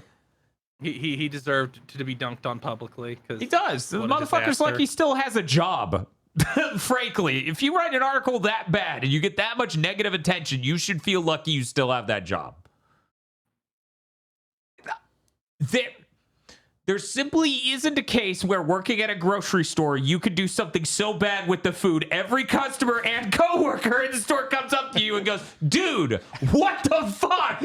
What is your goddamn problem? And leaves. Anyway. You just put all the apples into a kiddie pool. Is that weird? Dance around in it with a cucumber up my ass. Please stop. He's the senior editor. Yeah, he has a boss. He's not the owner of PC gaming. Anyway, last minute news. Right before we went live with this. For people who don't know, the RetroTink 4K last week was teased to be coming out later this year. Units have been shipped to a number of people in the retro gaming hardware scene, like Firebrand X, John Linneman, My Life in Gaming, probably. I don't think they confirmed that yet. And I believe Joe from GameSack, he said, plan for $1,000 and feel glad if it's not. Right before we went live, Pixel FX, which is a group made from a number of different modders in the retro scene who made that PS2 HDMI mod, the Gems thing I was talking about last week, announced hard details on their upscaler. The Morph 4K, this was a previously announced device, but now it has a firm name, a date, and prices. It is launching in the fourth quarter of this year. It too will do 4K 60. I'm going to avoid those words because that won't mean anything to most anyone. But yeah, it is chroma resolution 444. It can do HDR, variable refresh rate, and do black frame insertion. Oh. It has all the custom scaling stuff you expect from all their other products. And the weirdest and also most appealing part of this to me is they have a base model that's just an HDMI upscaler. So if you already have a RetroTink 5X or you already have an HDMI out from your console, like our GameCube has an HDMI out, our Dreamcast has an HDMI out. You can just put that into this and upscale it all the way to 4K. And that base model by itself is early adopters price $375. So, frankly, even for our setup, it's like that alone is like 90% of the value. I was seeing all of the uploads people were doing of screen captures from, which they can't post direct screen captures, I think. They have to take pictures of their TV, I think. I don't know. I don't know what's going on with the NDAs or whatever on the RetroTink 4K. But the value there, as John Linneman showed, is taking a PS3 game at 720p, doing a perfectly sharp upscale all the way to 4K, and then being like, look at how much more it pops on this TV now. And you can do that with this device for less than half the price of what the 4K RetroTink allegedly will do. Say you don't have an upscaler, you don't have HDMI mods, you want this for retro consoles. They have the other version of it, which is called the Morph 4K Plus Analog. And that one basically has an analog to digital video converter and stuff like that, and analog inputs as an analog board. And the price goes up to, I'm scrolling down to make sure I didn't misremember from the beginning of this podcast, because there were a lot of numbers this episode. That's weird. It is in a very specific spot. There it is. So as I just mentioned, HDMI only is early bird pricing $375, normal price going forward $400. The analog added on to that is $475, normal price going forward $500. That's a really good deal in comparison. Yeah, it certainly is not $1,000. It's half of that. I can really easily justify a $400 HDMI scaler. Mm-hmm. Like, that is really easy for me to justify into this exact workflow. Like, I can use that on the Mister. I can use that on everything. The reason you want to use this, say you don't ever want to figure out how to fine-tune your scaling, or you don't want to be on top of changing your capture resolution for your capture card, or any number of these other things you need to do in order to have good image quality, let me tell you, you can just use this thing and upscale everything to 4K, and then if you have a 4K 60 capture card, just record that. You can record it as H.264, and now it's fine. There's a lot of value in a product like this. I'm really glad they actually break it out like this. Unlike that other product, the Gems, where I was like, the fuck are you doing?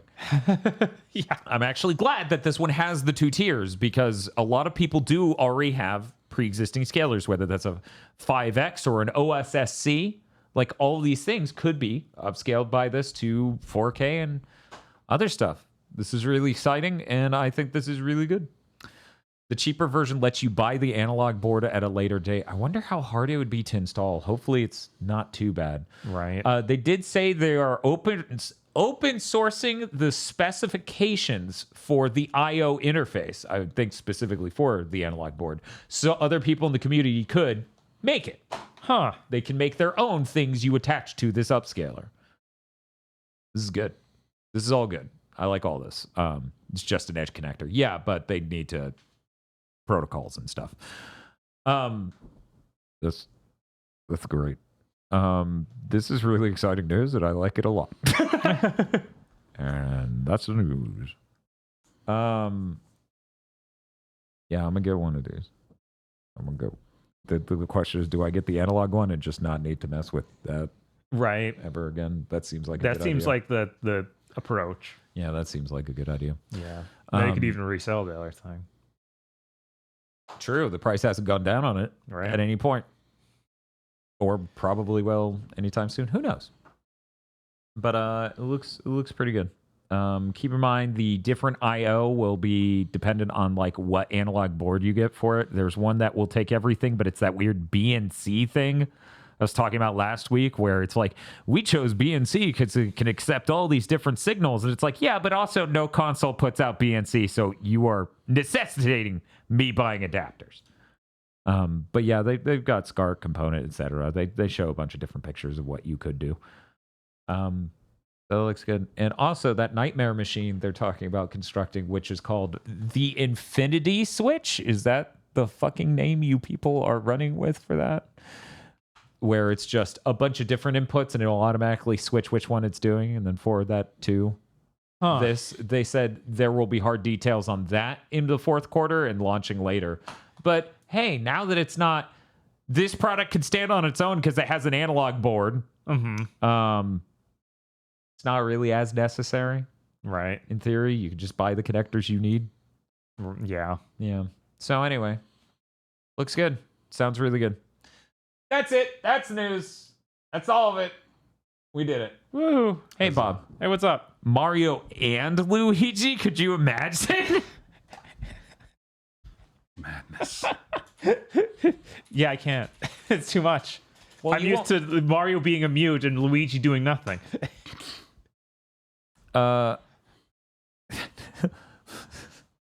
People are dying and Luigi does nothing.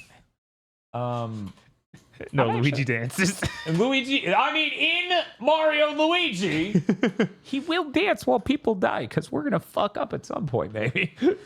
I'm pretty excited for that stream. That's going to be here tomorrow on twitch.tv/GigaBoots. Dr. Agro, what do you got going on? I'm gonna play some more video game. I'm gonna see if I can finish up Humanity by next week, even though I have no idea how long it is. Yeah. And I realized I really don't know how long it is because there's a bunch of shit in that trailer that I'm not doing yet. And I don't know how you smoothly get to the shit in that trailer. Huh. It's just a fucking on switch. I'm assuming and lightsabers. Chris, what do you got going on? I'm gonna start streaming the only modern BioWare game I have not played on stream, which is because I didn't own an Xbox when I did all of those, and the only good way to play Star Wars Knights of the Old Republic is via Xbox Back Compat because the PC version is terrible. You're not going to wait for the remake?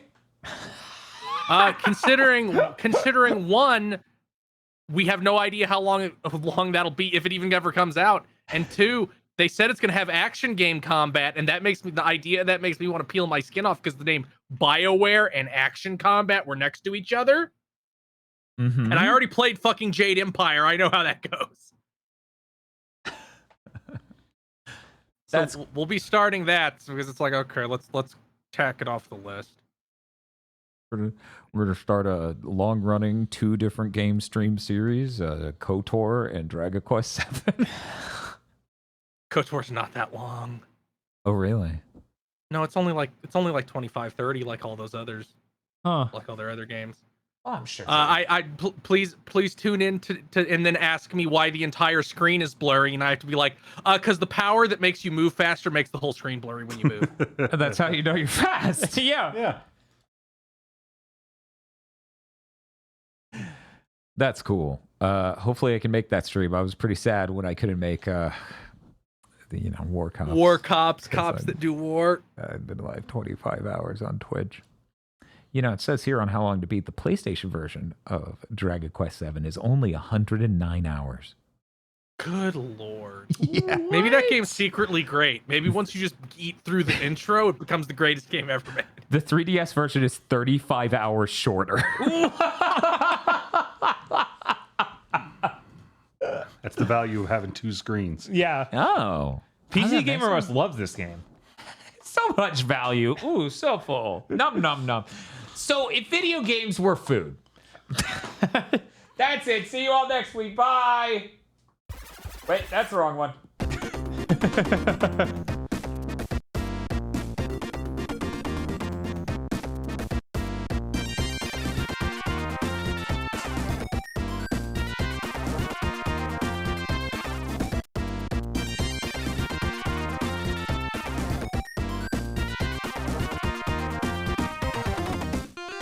Thank you very much for listening to this episode of Big Think Dimension. Big Think Dimension is only possible because of your support over at patreon.com/GBPodcast, where I only now realize how many P's are in this pitch, so that way I keep plosive the mic, and that was really unintentional. But if you go over to patreon.com/GBPodcast, you can get all sorts of commentary tracks, Isolation 119, a bunch of behind-the-scenes stuff.